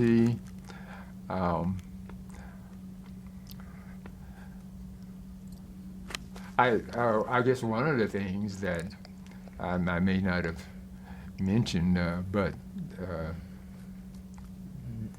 freshman year I mentioned, of course, I didn't have transportation. There were the restaurants, facilities to eat around the campus, not specifically on the campus, but in and around. Were not open. We're not open to you. Not open to me. We're not welcoming spaces. Welcoming. That's right. And so, my mom, during that freshman year in particular, would, and I've described Dom F, which is a two-story with, I don't know, maybe 8 or 10 rooms down each side, 2 levels, first floor and lower.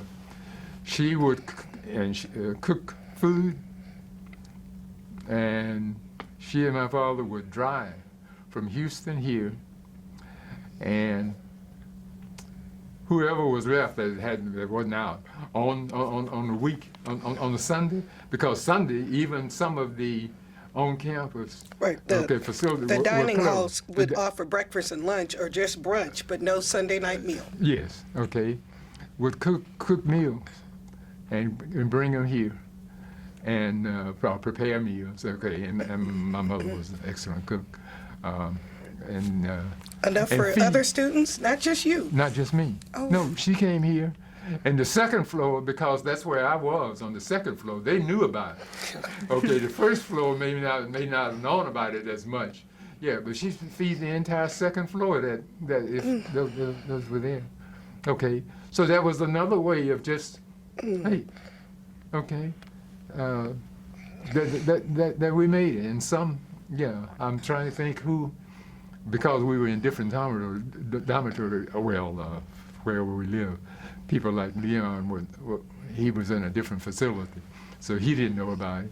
And trying to think who might still be alive and still active with the precursors of anybody that knew about it. But that was one way. Yeah, so we could go to church and come back, and no, we didn't have to eat. Because we knew that my mom and dad, they were going to come up here that Sunday and bring food, and there would be enough. Yeah, okay. That was kind of different. Mm-hmm. So then I've mentioned to you about how we go out, we'll take the track stars out, the black ones.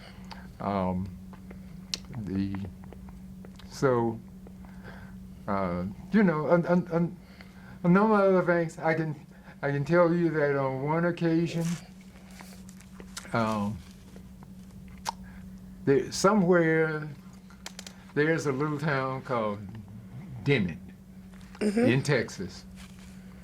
Okay, and this used to be the center for the. I believe he played. What did he play? He played basketball. I believe this was a basketball player from Dimmitt High School. That was he wasn't for some reason I don't know, I won't say basketball, but anyway, he was part of the team. They were coming here for the playoffs, and he was he was probably only black on that team, and they ran into one of those situations where if they stopped somewhere to eat, if they were busing or whatever it was, ran into one of those situations because he was the black on the team.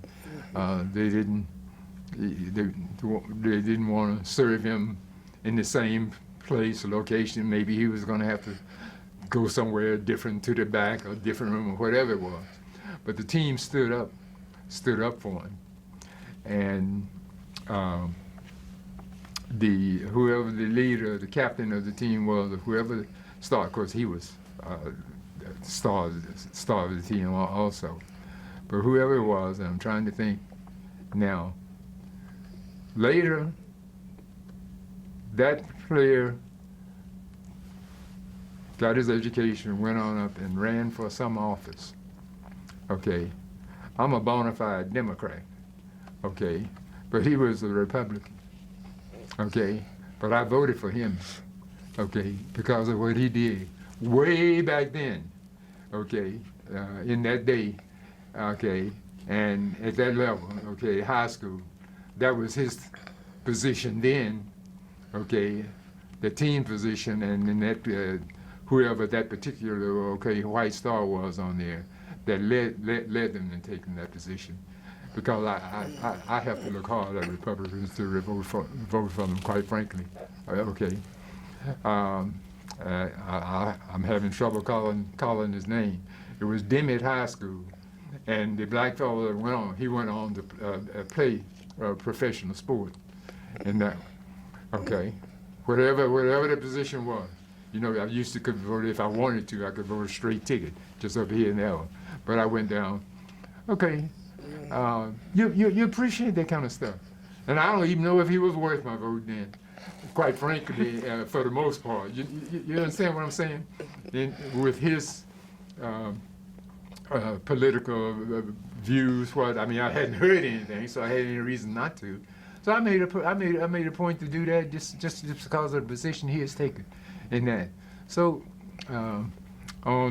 that was something though that again came back to my memory, because one of the things I did a couple of nights ago was I sat down and just tried to think about it, because I had some idea what you might. So I tried to think back about some things back from here, but I did not run into any blatant classroom incident or a student that gave me any particular trouble on the campus while I was here.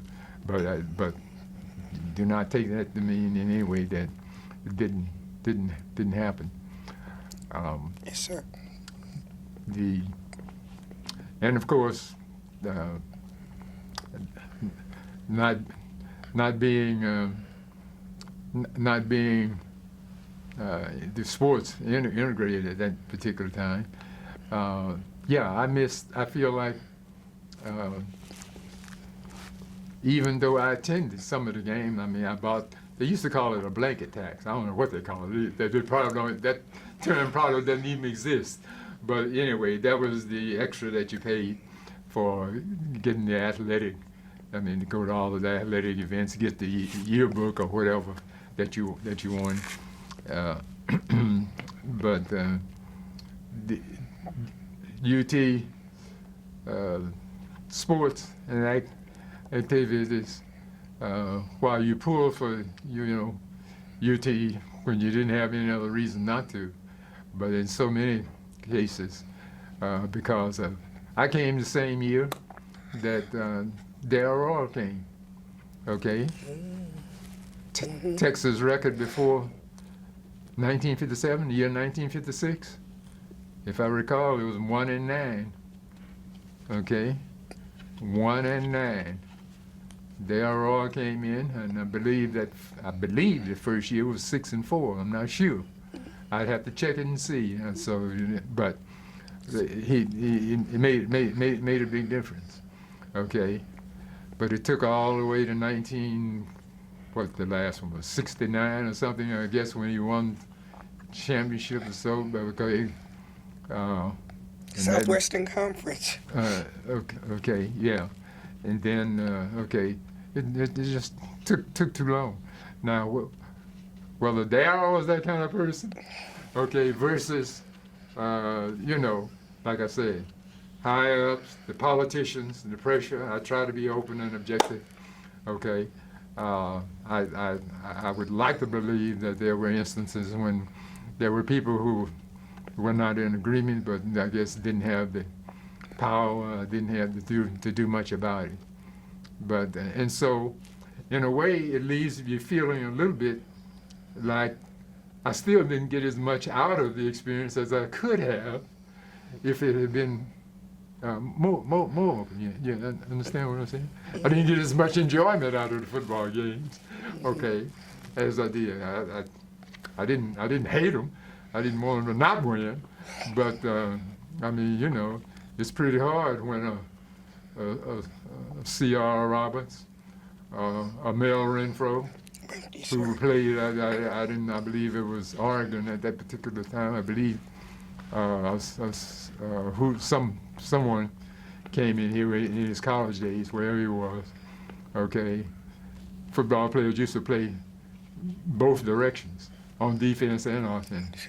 Okay, and just, you know, then it's hard to cheer for your team and really jump up and really have as much of an enjoyable experience as you're sitting there and, you know, you're clapping for them and everything, but you don't really get up and do all of this and everything because you're one of the few in there that's doing it. So you understand what I'm saying? So in a way, I didn't get as much out of it, and that environment, okay, keeps you from getting as much out of it.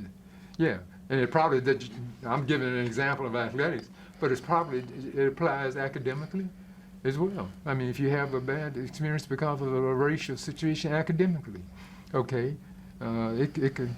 Socially? Socially, yeah. Knowing some clubs were not going to be perhaps open or welcoming or wanting to be a cheerleader or wanting to be the first black quarterback. It took a while for UT to get to that point. Yeah, yeah. And you like to, and other institutions as well. Yeah, and you wanted, I want UT to be first.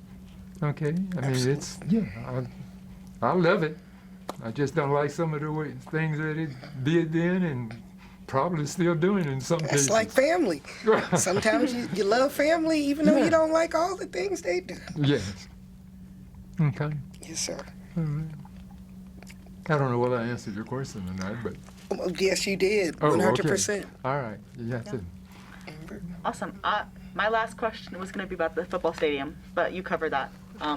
Okay. The football... Yeah, in terms of how welcome spaces felt on campus. Because I've heard that the football stadium was one of the least welcome places for black students. Yeah, okay, yeah, I mean... Now, since I wasn't deeply involved with music or anything like that, it seems to me that somewhere there during my 4 years, 4.5 years, okay, that someone got into the band. I believe I'd have to check that out to just be sure. So, but that might be something worth checking into in case it's not already. Okay, the band may have been. Someone may have gotten in playing musical instrument. Okay, you know, during the football games and everything, part of the band. But certainly no. During my time now, there was right near the end. I believe it was when the first track athlete ran. And I can't tell you exactly what year it was, but it was. If it wasn't 62. Since I left in January '62, I don't think it was before that, but it was right around that time. It may have been '61. But also going off of football and sports in general, I know this is an issue throughout a lot of institutions, but specifically in regards to UT, and you don't have to comment on this if you don't want to. How do you feel about the Eyes of Texas still being played at football games today, given its history? Yeah. That's a tough one. So I'll admit that at first. Okay, that's a tough one. That's one of those where I believe that if the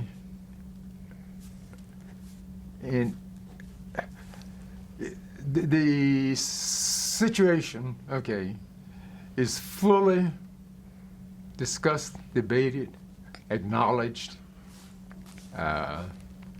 accepted, it's history.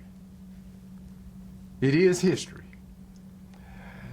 And then I believe that is one where I would have to say my feeling is open right now, because I feel like in some cases that there may be things that like that, and that may be one of them, where I can understand and accept maybe that, okay, this is history. This is the way that it occurred. This is the way now that it is viewed. We are much more knowledgeable. It's being open and discussed. But if there is some apology, but certainly acknowledge. Now, this what I am totally opposed against is this whole idea of not even talking about and acknowledging history. History is history. History is true. Okay. Now, HISTORY, in my opinion, is true. HIS, and then if you fully put it out there, and then another S, TORY, okay, may be totally different from the HISTORY. You understand what I'm saying? How the history is, okay? Yeah, you tell some of it, but you don't tell the other. Okay, you tell it, but you tell it in such a manner that is not really in the context that it should, okay? And so that's one of those that that I would be open to a position of compromise based on, okay, what my knowledge and understanding is now, and that's limited, okay? All right, does that answer your question? Yeah. Okay, I may be open to compromise on that. You know, it did happen. We acknowledge that, and et cetera. But it's such a okay. The intent and context in which it did happen, the context now in which we look at it, and et cetera. But when I put all of those together, maybe I can come to we don't agree, but we continue to exist. Okay, we're a win-win situation. That's what I'm looking for, I guess. There's some other things that that I'm not open to. Okay, it just ought to be, hey, history. Okay, shouldn't have been, and shouldn't be now. And if it is, it ought to be done away with ASAP. Do you have anything else? Does that address what you? Okay. Yeah. Well, I don't know if there's anything else you want to say right before, because this is pretty much the end. Any last words? Okay. Well, I'm honored that someone thought enough of my time here and recommended that I be contacted to share it. I am certainly hopeful and am impressed that what this is leading to, and in many cases even what has already been done versus my time here. I mean, the statues, you know, Barbara Jordan, Martin Luther King, I mean, those, okay. And so to have a place here that will recognize, okay, that time frame, the situation did exist, but that, okay, efforts have been made and are still being made, and hopefully will okay, further advancements will be made in making things better, okay, more open, okay, so that when a student comes, he can totally concentrate on the education and development and the resources that are here, and that those all work together to help make that person the best person that it can be, and not have to really be bothered with some of these other things that really shouldn't be. Yeah. Thank you. Anything else you want to say? Oh, no, I think the honor is ours. Awesome. The honor is mine. Yes. It was great to be here. Thank you so much for speaking so honestly. Certainly, Thank you. Thank you, Mr. McKinney.